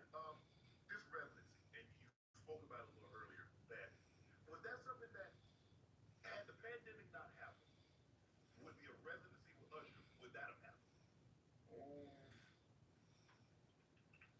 It was gonna happen. It was about that. Yeah, it was gonna happen. We had plans for it to happen. Okay.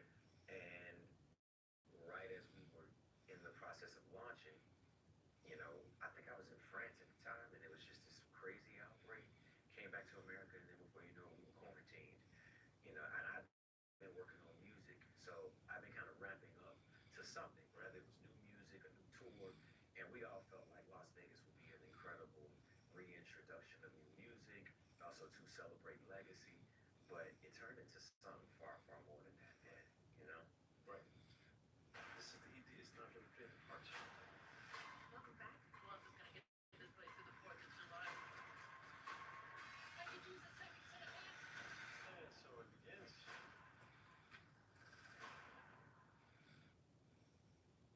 We're here at the Nomad Las Vegas, right down the hallway from where you're performing your residency tonight at the Dolby Live Park MGM. My daughter's flight was late, wanted to be here, but I'm bringing her tonight for her birthday. So, when you got a lot of flack, because the women come and you Come with your daddy or come with your sugar daddy.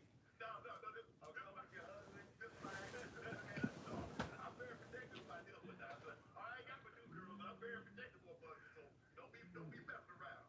So the criticism.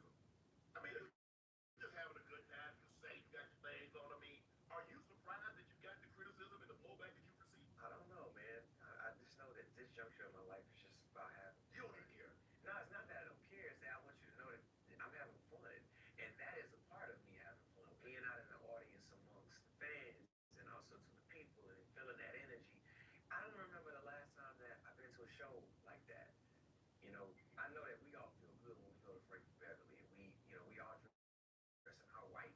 We go out there and we enjoy each other and on the aisles and have a great time. Right. But like when an artist comes out and just is amongst the people, this arena gave me an opportunity to be able to be closer to my fans because I ain't put out an album in almost 6 years, right? So now being able to reconnect in that way, obviously it spun into something that it gave me a new title. Yeah. I think Charlemagne the God named me like the domestic terrorist. I'm like, bruh, this is actually a Usher show, right? What you said, you can feel the energy. You can't feel the energy from them husbands and the boyfriend giving you the evil eye. Like you need to back up. Nah, they actually cool. The guys that are there, you know what I'm saying? The girls, they get a little rowdy. I'm just saying, but it's don't leave your girl around me. I still come with your girl. You know what I'm saying? Come with your daughter. You know what I'm saying? Bring your wife. But by the way, again, it's all in good fun. Right. And the whole purpose and point is to bring that energy to Las Vegas. When I look out and I see my people, I see us doing something that I don't feel like it's been done here. Like the Black Dollar is strong in Vegas, man, more than it's ever been. And the cast and the crew and the feeling of what this has built has been a celebration. So, I don't know if I was able to even look at it as a negative. And then anything that has happened in terms of the girls who came up there, whether it was Tyequiece P. Henson or, Kiki, Palmer. You know that woman had just had a baby and she was. I mean, she wanted to get out and have a good time.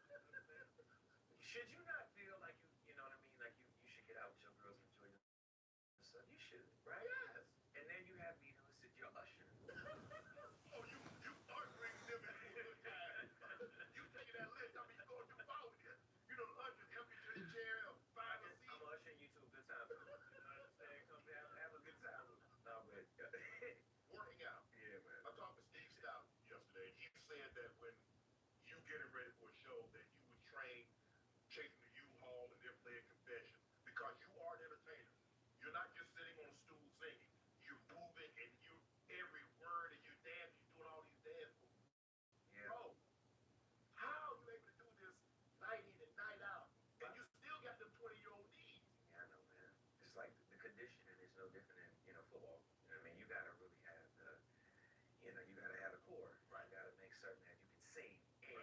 so part of my moving and singing and running and doing some of these things that are probably not a part of the build of artists, that type of artist development is something that I learned. I learned it from a guy by the name of A.J. Alexander, the guy who actually discovered me, who was Bobby Brown's bodyguard, right?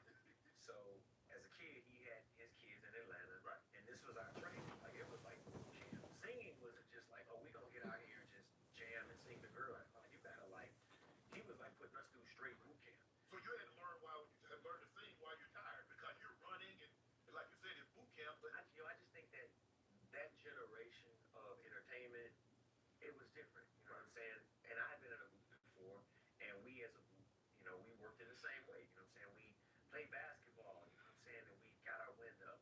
Or when we were working, we would sing and dance and move around. He would have us running and singing, all of that kind of stuff. That wasn't uncommon. That's not an uncommon thing if you consider yourself an artist. Right? That is part of artist development. And Right. if you want to be able to get out there, sing, dance, not miss a beat, and be on key, that's the type of work that you got to do. Right. You mentioned you were born in Chattanooga. Mm-hmm. You moved to Atlanta at a very, very young age. And you said your mom, I read where you said your mom like kind of quit what she was doing to devote all of her attention to you. And you said your mom like kind of hard on you and making sure that's what you wanted. Where did your stand? Because we see Richard, Venus and Serena. Richard Williams was very hard on them. We see Tiger's story. His dad was hard on him. And then I see Dwight Howard trying to push his son, and he gets blowback. So where's Usher? If your kid, how are you going to be with your son? You say you got a son that's playing basketball now. How is Usher, the parent, given where he came from, knowing what he knows, how is he going to be? Man, I deal with the same, issues that any parent deals with. Kids who are influenced by, the things that they see, the things that they get into. But the one thing that I do is care for my kids, Yeah. right? I view disciplinary, kind of measures as something that is preparing your kids, especially black kids, for, the reality of the world that they're living in. I hold you to a higher standard. I personally hold you to a higher standard because I know what work it takes to be great. And for parents who do that, look at the evidence. Look at the incredible, artists, the incredible athletes that were created in that moment. This generation may not necessarily have the same respect, but God bless the coaches that we have. God bless the mentors and stuff that we have that motivate our kids, because it almost puts this pressure on parents to not be parents. Nah, it's a hard dynamic, especially if you come from an industry where you know what it takes to not naturally kick into that mode and say, yo, if you want to do something, you want to play basketball, you got to run at a certain rate. I'm going to push you. If you really want to do this, you got to show me. You're going to show up on time. You ain't on time, give me push-ups right now. What? Yeah, give me push-ups, run these laps, run these suicides right now. You serious, Dad? Yeah, for real. I'm not playing. And if I catch you, if I get there before you do, you're going to give me 100 extra push-ups. You know what I'm saying? That's just the nature of the animal that is inside of who we are as I don't know, man, as entertainers, as athletes. So I don't look at any of that kind of disciplinary kind of measure as bad. I do think it's equally important to talk to your kids. Okay.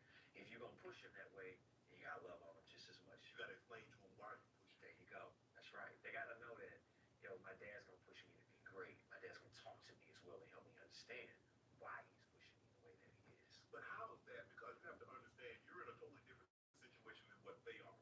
Your mom didn't have it like your kid's dad has it. Right. So they're looking because you're like, man, I gotta get my mom out of this situation I want to have.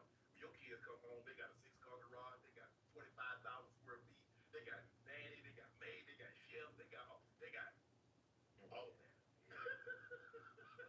That is a harsh reality, which is more the reason why you gotta be hard on them. Um, but mindful that their normal is different than our normal. Right. And the access that they have is greater and grander, and the expectation is actually higher. That's the one thing that I have empathy for my children, especially the ones, that, I name my son Usher. So every time he's out, obviously there's that pressure.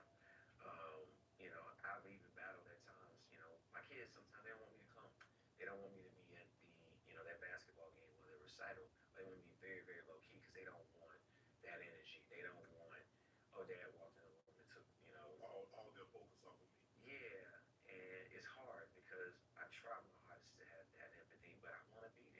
I'm saying? Countless times being able to just sit in the back of the room quiet, you know what I'm saying, is keep myself as small as possible and be as quiet as I possibly can. A little bit buried. Yeah, man. Yeah. But it is, you're right. Like that access and that reality that they're looking at, it gives them some expectation. And unfortunately, I can't take it back. You know what I'm saying? Like I walked so that we could ride. You know what I'm saying? And now that you're riding, you know, I want you to understand the importance of walking. Did you always, at the age of 10, 11, 12, you're on Star Search? Um, did you always know you wanted to be this? Well, which part of this do you mean, right? Because This, the guy that's sitting across from me, that's internationally known, that goes and sells out every concert, the guy that's almost at 100 shows at a residency, the guy that's doing the halftime show, one of the king of R&B. This. thank you very much. But let me give you a little clarity. Right? Okay. No, I don't know if I was prepared for any of it, but I know that I was dedicated enough to stick to it until something happened. And then something that I didn't expect happened. To become a businessman, to then understand entrepreneurship, to understand philanthropy, to understand empathy, to begin to understand the other side of it. I wasn't prepared for that. I knew that if I set my mind to anything, the affirmation of me once saying it and actually making it happen and willing it to happen was something that I was committed to. As a kid, yo, I walked around and my mother used to tell me all the time, you stop telling people that you're gonna be a big artist. I'm like, why? That's what I believe. It's what I think about myself. If I don't believe it, nobody else would. But you don't have to say it. It ain't happened yet. I'm like, but I want it to. So let me just Manifest. I must keep saying it until it actually, you know, becomes the reality. And I'm gonna not only just say it and expect somebody to give it to me. I'm gonna take the long way around. I wanna work for it. I wanna be able to say I've earned it. You know what I'm saying? I remember the first time that I saw you, and I didn't quite know who you were. I saw you in Nike Town in Philly Plaza. Man. I used to see you in Gucci all the time, and you always sing. I was like, man, why this dude singing? Like, he's like, he's like, and you were just singing and singing and singing, and I was told myself, I said, man, I saw this. I mean, you couldn't have been no more than like 16 or 17 tops. Yeah. I said, I saw this kid in Nike Town, and he was singing. I think he might be something. Yeah. I mean, I don't know if I was auditioning or what. You know what I'm saying? But I was preparing for my moment. You know what I'm saying? And I think that's the plight. You know what I'm saying? To anything that you want to be great at, you have to make it a process. Like it's a part of your every thought. Like if you want to play basketball, you always bounce on the ball. If you want to play football, you always readjusting. You always managing. You always ready and alert. You know, if you want to play sports, it's like you have to stay activated and stay active. As an artist, it's the same. And you know, I'm also too haunted by the idea that I had this talent, so it's naturally just coming out. It's like you can't help but just be who you are. You had this talent. Obviously, in high school, normally when you have a talent, everybody is not as talented as everyone else. So was there hating going on with you in high school? Did people hate that you were so gifted? Because you're in a talent show, you win it. You know that. You're not losing the talent show. No. So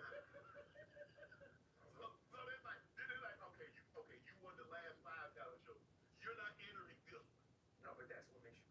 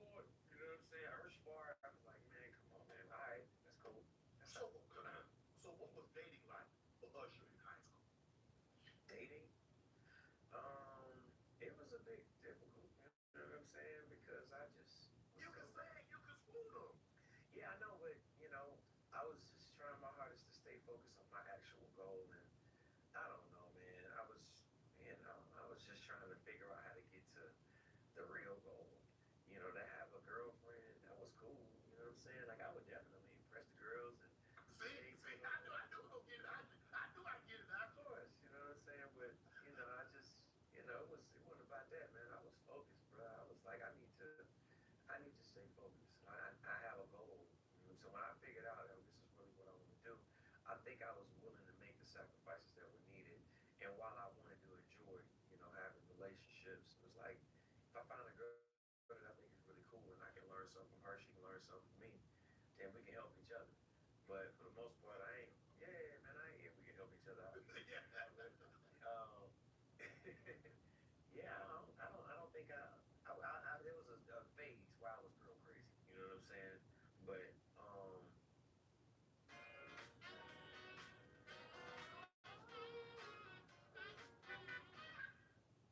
Thinking about your next big move? Realtor.com's housing forecast has you covered. Our forecast gives expert insights on 2026 home prices, rent, rates, and more. Get the full report at Realtor.com/housing forecast. yeah, man, I was trying to figure out how to get as many numbers as I possibly could because I wanted to be a player. You know what I'm saying? From the Himalayas. You know what I'm saying? But I was I wasn't really focused on that too much. How did you deal with your voice at 10 is not the same as the voice at 14, and the voice at 14 is not the same as the voice your mature voice is going to be. So how did you handle the voice change towards the future? It's crazy. I just had to figure out how to focus on something else until it changed back and just keep working. I changed my eating habits. You know what I'm saying? In addition to losing my voice, I had pizza face. You know what I'm saying? Y'all know it's my teenager. Yeah. Yo, you go through a phase where it's just like Nestle crack. You know what I'm saying? And I was like, man, I gotta figure this out. But I didn't let it that deter me from like, okay, I still gotta stay focused on what I want to do. Yeah, I lost my voice completely. It was hard. As I didn't lose my voice and didn't have anything, right? I lost my voice and I actually had a record that was on the radio. I had a record that I put out, just called me a Mac, and I couldn't sing it. Here I am at, I think it was Jack the Rapper in Atlanta. Can I Be Down? I can't remember which was one of those two. And I sang my song and I got through. That's the first and the last time that I actually sang. And I impressed an audience of people. Some of whom still come up to this day like, I remember you in this yellow something. You was like a little kid, man, and you really just had this real big energy. Um, and then after that, I lost it. And trying my hardest to not lose my mind in that and become like depressed, like fall into a deep depression. It took a great deal of support. It took my mama, it took my grandma, it took my nanny, it took my family members to, just continue to encourage me. And I managed to make it through it. The people who managed to stick around, the people that I was working with at the time, a lady by the name of Shirley Riley, an amazing coach as well, but, working with Kawan Prather, who was the person who I worked with at the time, Shanti Das, these people who, were kind of appointed for me to work with, they didn't give up on me. They continued to see something bright in me. L.A. Reid, they continued to invest in me. I'm working with, local coaches and continue to help me find my way. Sent me to New York City to work with Puffy. It was just like, okay, we're not giving up. We still believe in it. How difficult is it as a child to find topics to sing about? Because you're like 13, 14, you can't be singing about this mature stuff, but you're not a gangster rapper. You ain't shooting up the club and talking about this B and this guard tool and all that. So was it difficult? This guard tool. Was it difficult for you to find material? Come on. Was it difficult for you to find material to sing about? Yeah, it was like pips and guard tools. Man, I didn't have to worry about that as much. I think they spent time with me. It was funny. Eddie Bishop and Tim Thomas, the first two producers that I worked with, we just posted something. And I look back and it's like, man, it's so great that you, on the road to riches, you stop and take pictures because it actually just takes you back to that moment. I almost forgot about, just the hope in my eyes and the fact that I was just a little kid. Right. But here they are trying to make songs for me about being a Mac. I don't even know what a Mac is. You know what I'm saying? Mac truck, a Big Mac. Like, nah, but I think I left it to them to help, help me figure out how to talk. Because I could have easily, right, became, one of the sensations that would have been locked into kid only, had made kid music specifically for kids. But I think that they were trying to make music that adults would listen to as well. That was a real smart thing for them to do, and really, it was great to think ahead because it made it easier for me to transition. When I work with, organized noise, when I work with Puff, when I work with, those guys, they were trying to tell the coolest young guy's story. The guy who, you know, was kind of having emotions but still trying to be a young fly player. You know what I'm saying? Like yo, I got a little movement here. You know what I'm saying? I talk to women a certain way. They were giving me like, yo, you got to talk to a girl like this. You know what I mean? And when we do intros like, yo, you talk over R&B records. Just how you got to talk to them, bro. But great that I was able to have more mature conversation because I didn't get caught in the kid thing. I wasn't like a kid teen type sensation. I was out there trying to figure out how to take my shirt off and show my six pack. You know what I'm saying? You mentioned L.A. Reid sent you to New York and you lived with P. Diddy. They called it Flavor Camp. Flavor Camp. Yeah. So what was that experience like, and how did that help others? I don't think I would be the artist that I am today without the experiences that I had in New York City. One, just being in a new place where I would have to adjust, right? I didn't have the comfort of home. I'm in New York City, and they was, done and sunning me to death, bro. And I was like, shout it, I don't know what you talking about. You know what I'm saying? And we finna go over here, you know what I'm saying? And they was like laughing at me because I was Southern, and they were like New York, but they was like took me in, they took me under their wing, you know what I'm saying? And looked at me like the little brother. I think back to, the earlier times of being there when Bad Boy was formed. I learned something about business. I learned something about artist development in a different way. I learned something about culture. So having the ability to be around all these different cultures of people, it just helped me understand the world that I lived in. I wasn't isolated and felt like I needed to be protected. I wasn't. I was like, yo, we're gonna show you the real ropes. We'll show you what the world really looks like and give you a front seat. I'm looking at Biggie, you know what I'm saying? I'm looking at Craig Mack, I'm looking at Onyx. We running in the streets. We like literally out here seeing how we in the barbershop, they shooting dice, you know what I'm saying? Bet I don't, 4-4 out 4, you know what I'm saying? 4-5, I'm like, yo, what is this? You know what I'm saying? But so great to have had those experiences because one, I didn't have a big brother and my dad wasn't there in my life as a kid. So all these experiences just readied me for life. So greater than just being an artist, that man helped me understand life. He helped me understand what it was to be an artist. He helped me understand what it was to be passionate about something. He helped me understand culture. He helped me understand business at a different level because I'm seeing him go from his independence to then becoming Puff Daddy. You know what I'm saying? I got a front row seat looking at that. Thank God that I had that experience. You know what I'm saying? And by the way, at New York's hottest moment, you know what I'm saying? This is Terror Squad and Fat Joe. I'm like, how do I know all this stuff? You know what I'm saying? Like I can remember being on stage. I can't curse on this, but I was like one of the craziest experiences ever.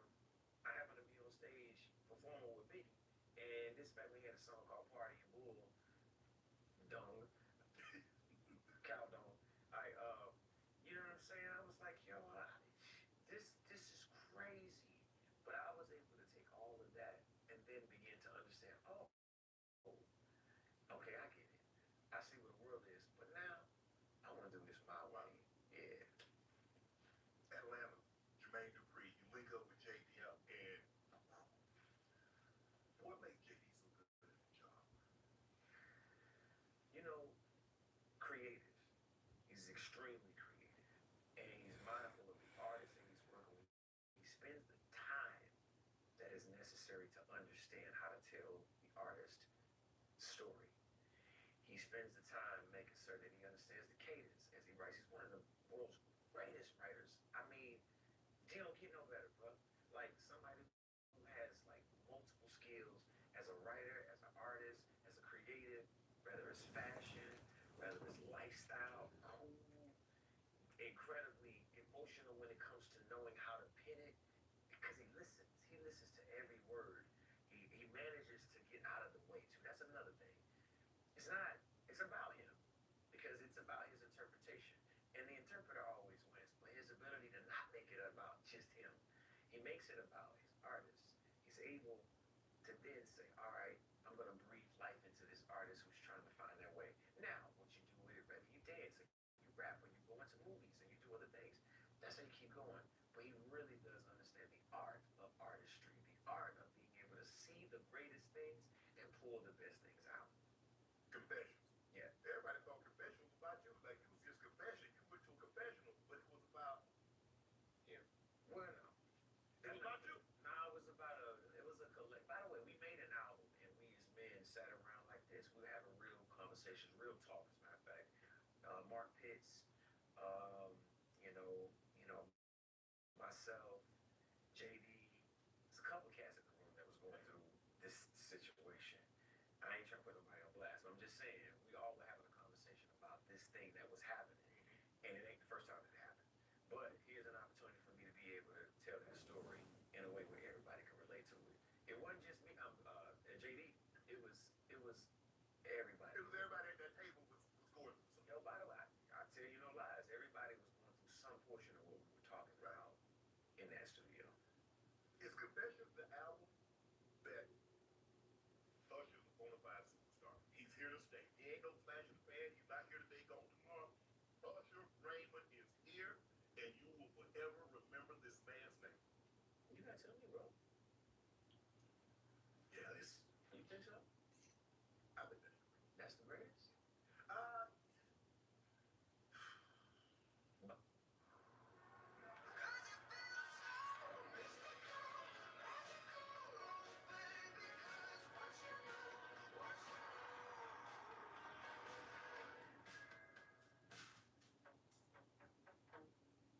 Body of work. 8701. oh no, okay. See, Okay. when you put it like that, 8701. That's what I'm saying. So it's like, it's great that I can even have If you could sing one album, if you only had to sing one album, and you couldn't sing, you got a lot of them, but you gotta sing one for the next year and only one. What you rock? Man, that's a hard one, bro. Yeah, I'm a rock with Confessions. That's all right. It's well rounded, but I mean, just saying this, like between those two albums, yeah, I think that it would definitely have to be based off of success. It would have to be Confessions, yeah. I mean, when you look at it, I mean, Diamond, Crazy, Sexy, Cool, Whitney Houston, Thriller. Bro, you get the Diamond, ain't a whole lot of diamonds out there. There has been no other diamond since. And this, That make you feel good. it's a good thing to have, you know what I'm saying? But also too, it's a bit of a thing, right? Because you're then aiming at that. And I never wanted to get caught up in what I've done in the past so much that I can't focus on where I am. Because the success has changed, right? If we, could count success by how many albums you actually sold, Right. they don't sell albums in that way as a physical copy. When we get on a line, we stand outside of Tower Records, you know you did it, right? I did it too, you know what I'm saying? And we got that album. We weren't like quick order in that joint or even just clicking out a button, Right. and it's just there. So, yeah, it's like the measure of success has to change in life. And by the way, this is important because if you don't do that, you manage to get caught in your mind in the psychological, like, damage that could happen if you don't reach the same goal. Makes you feel as though you're not a success. That's not true. There's just always a different shit. Yo, I remember when, you know what I'm saying, Vince Carter was jumping out the gym, bro. Like, yo, he shifted his whole game in three, crazy. Still can jump if he wanted to, but the ankles, you know what I'm saying, that's what I'm saying. So it's about, those are the people that I look up to, bro. You said something very interesting. Yeah. Because and I've heard people say this about Michael, is that he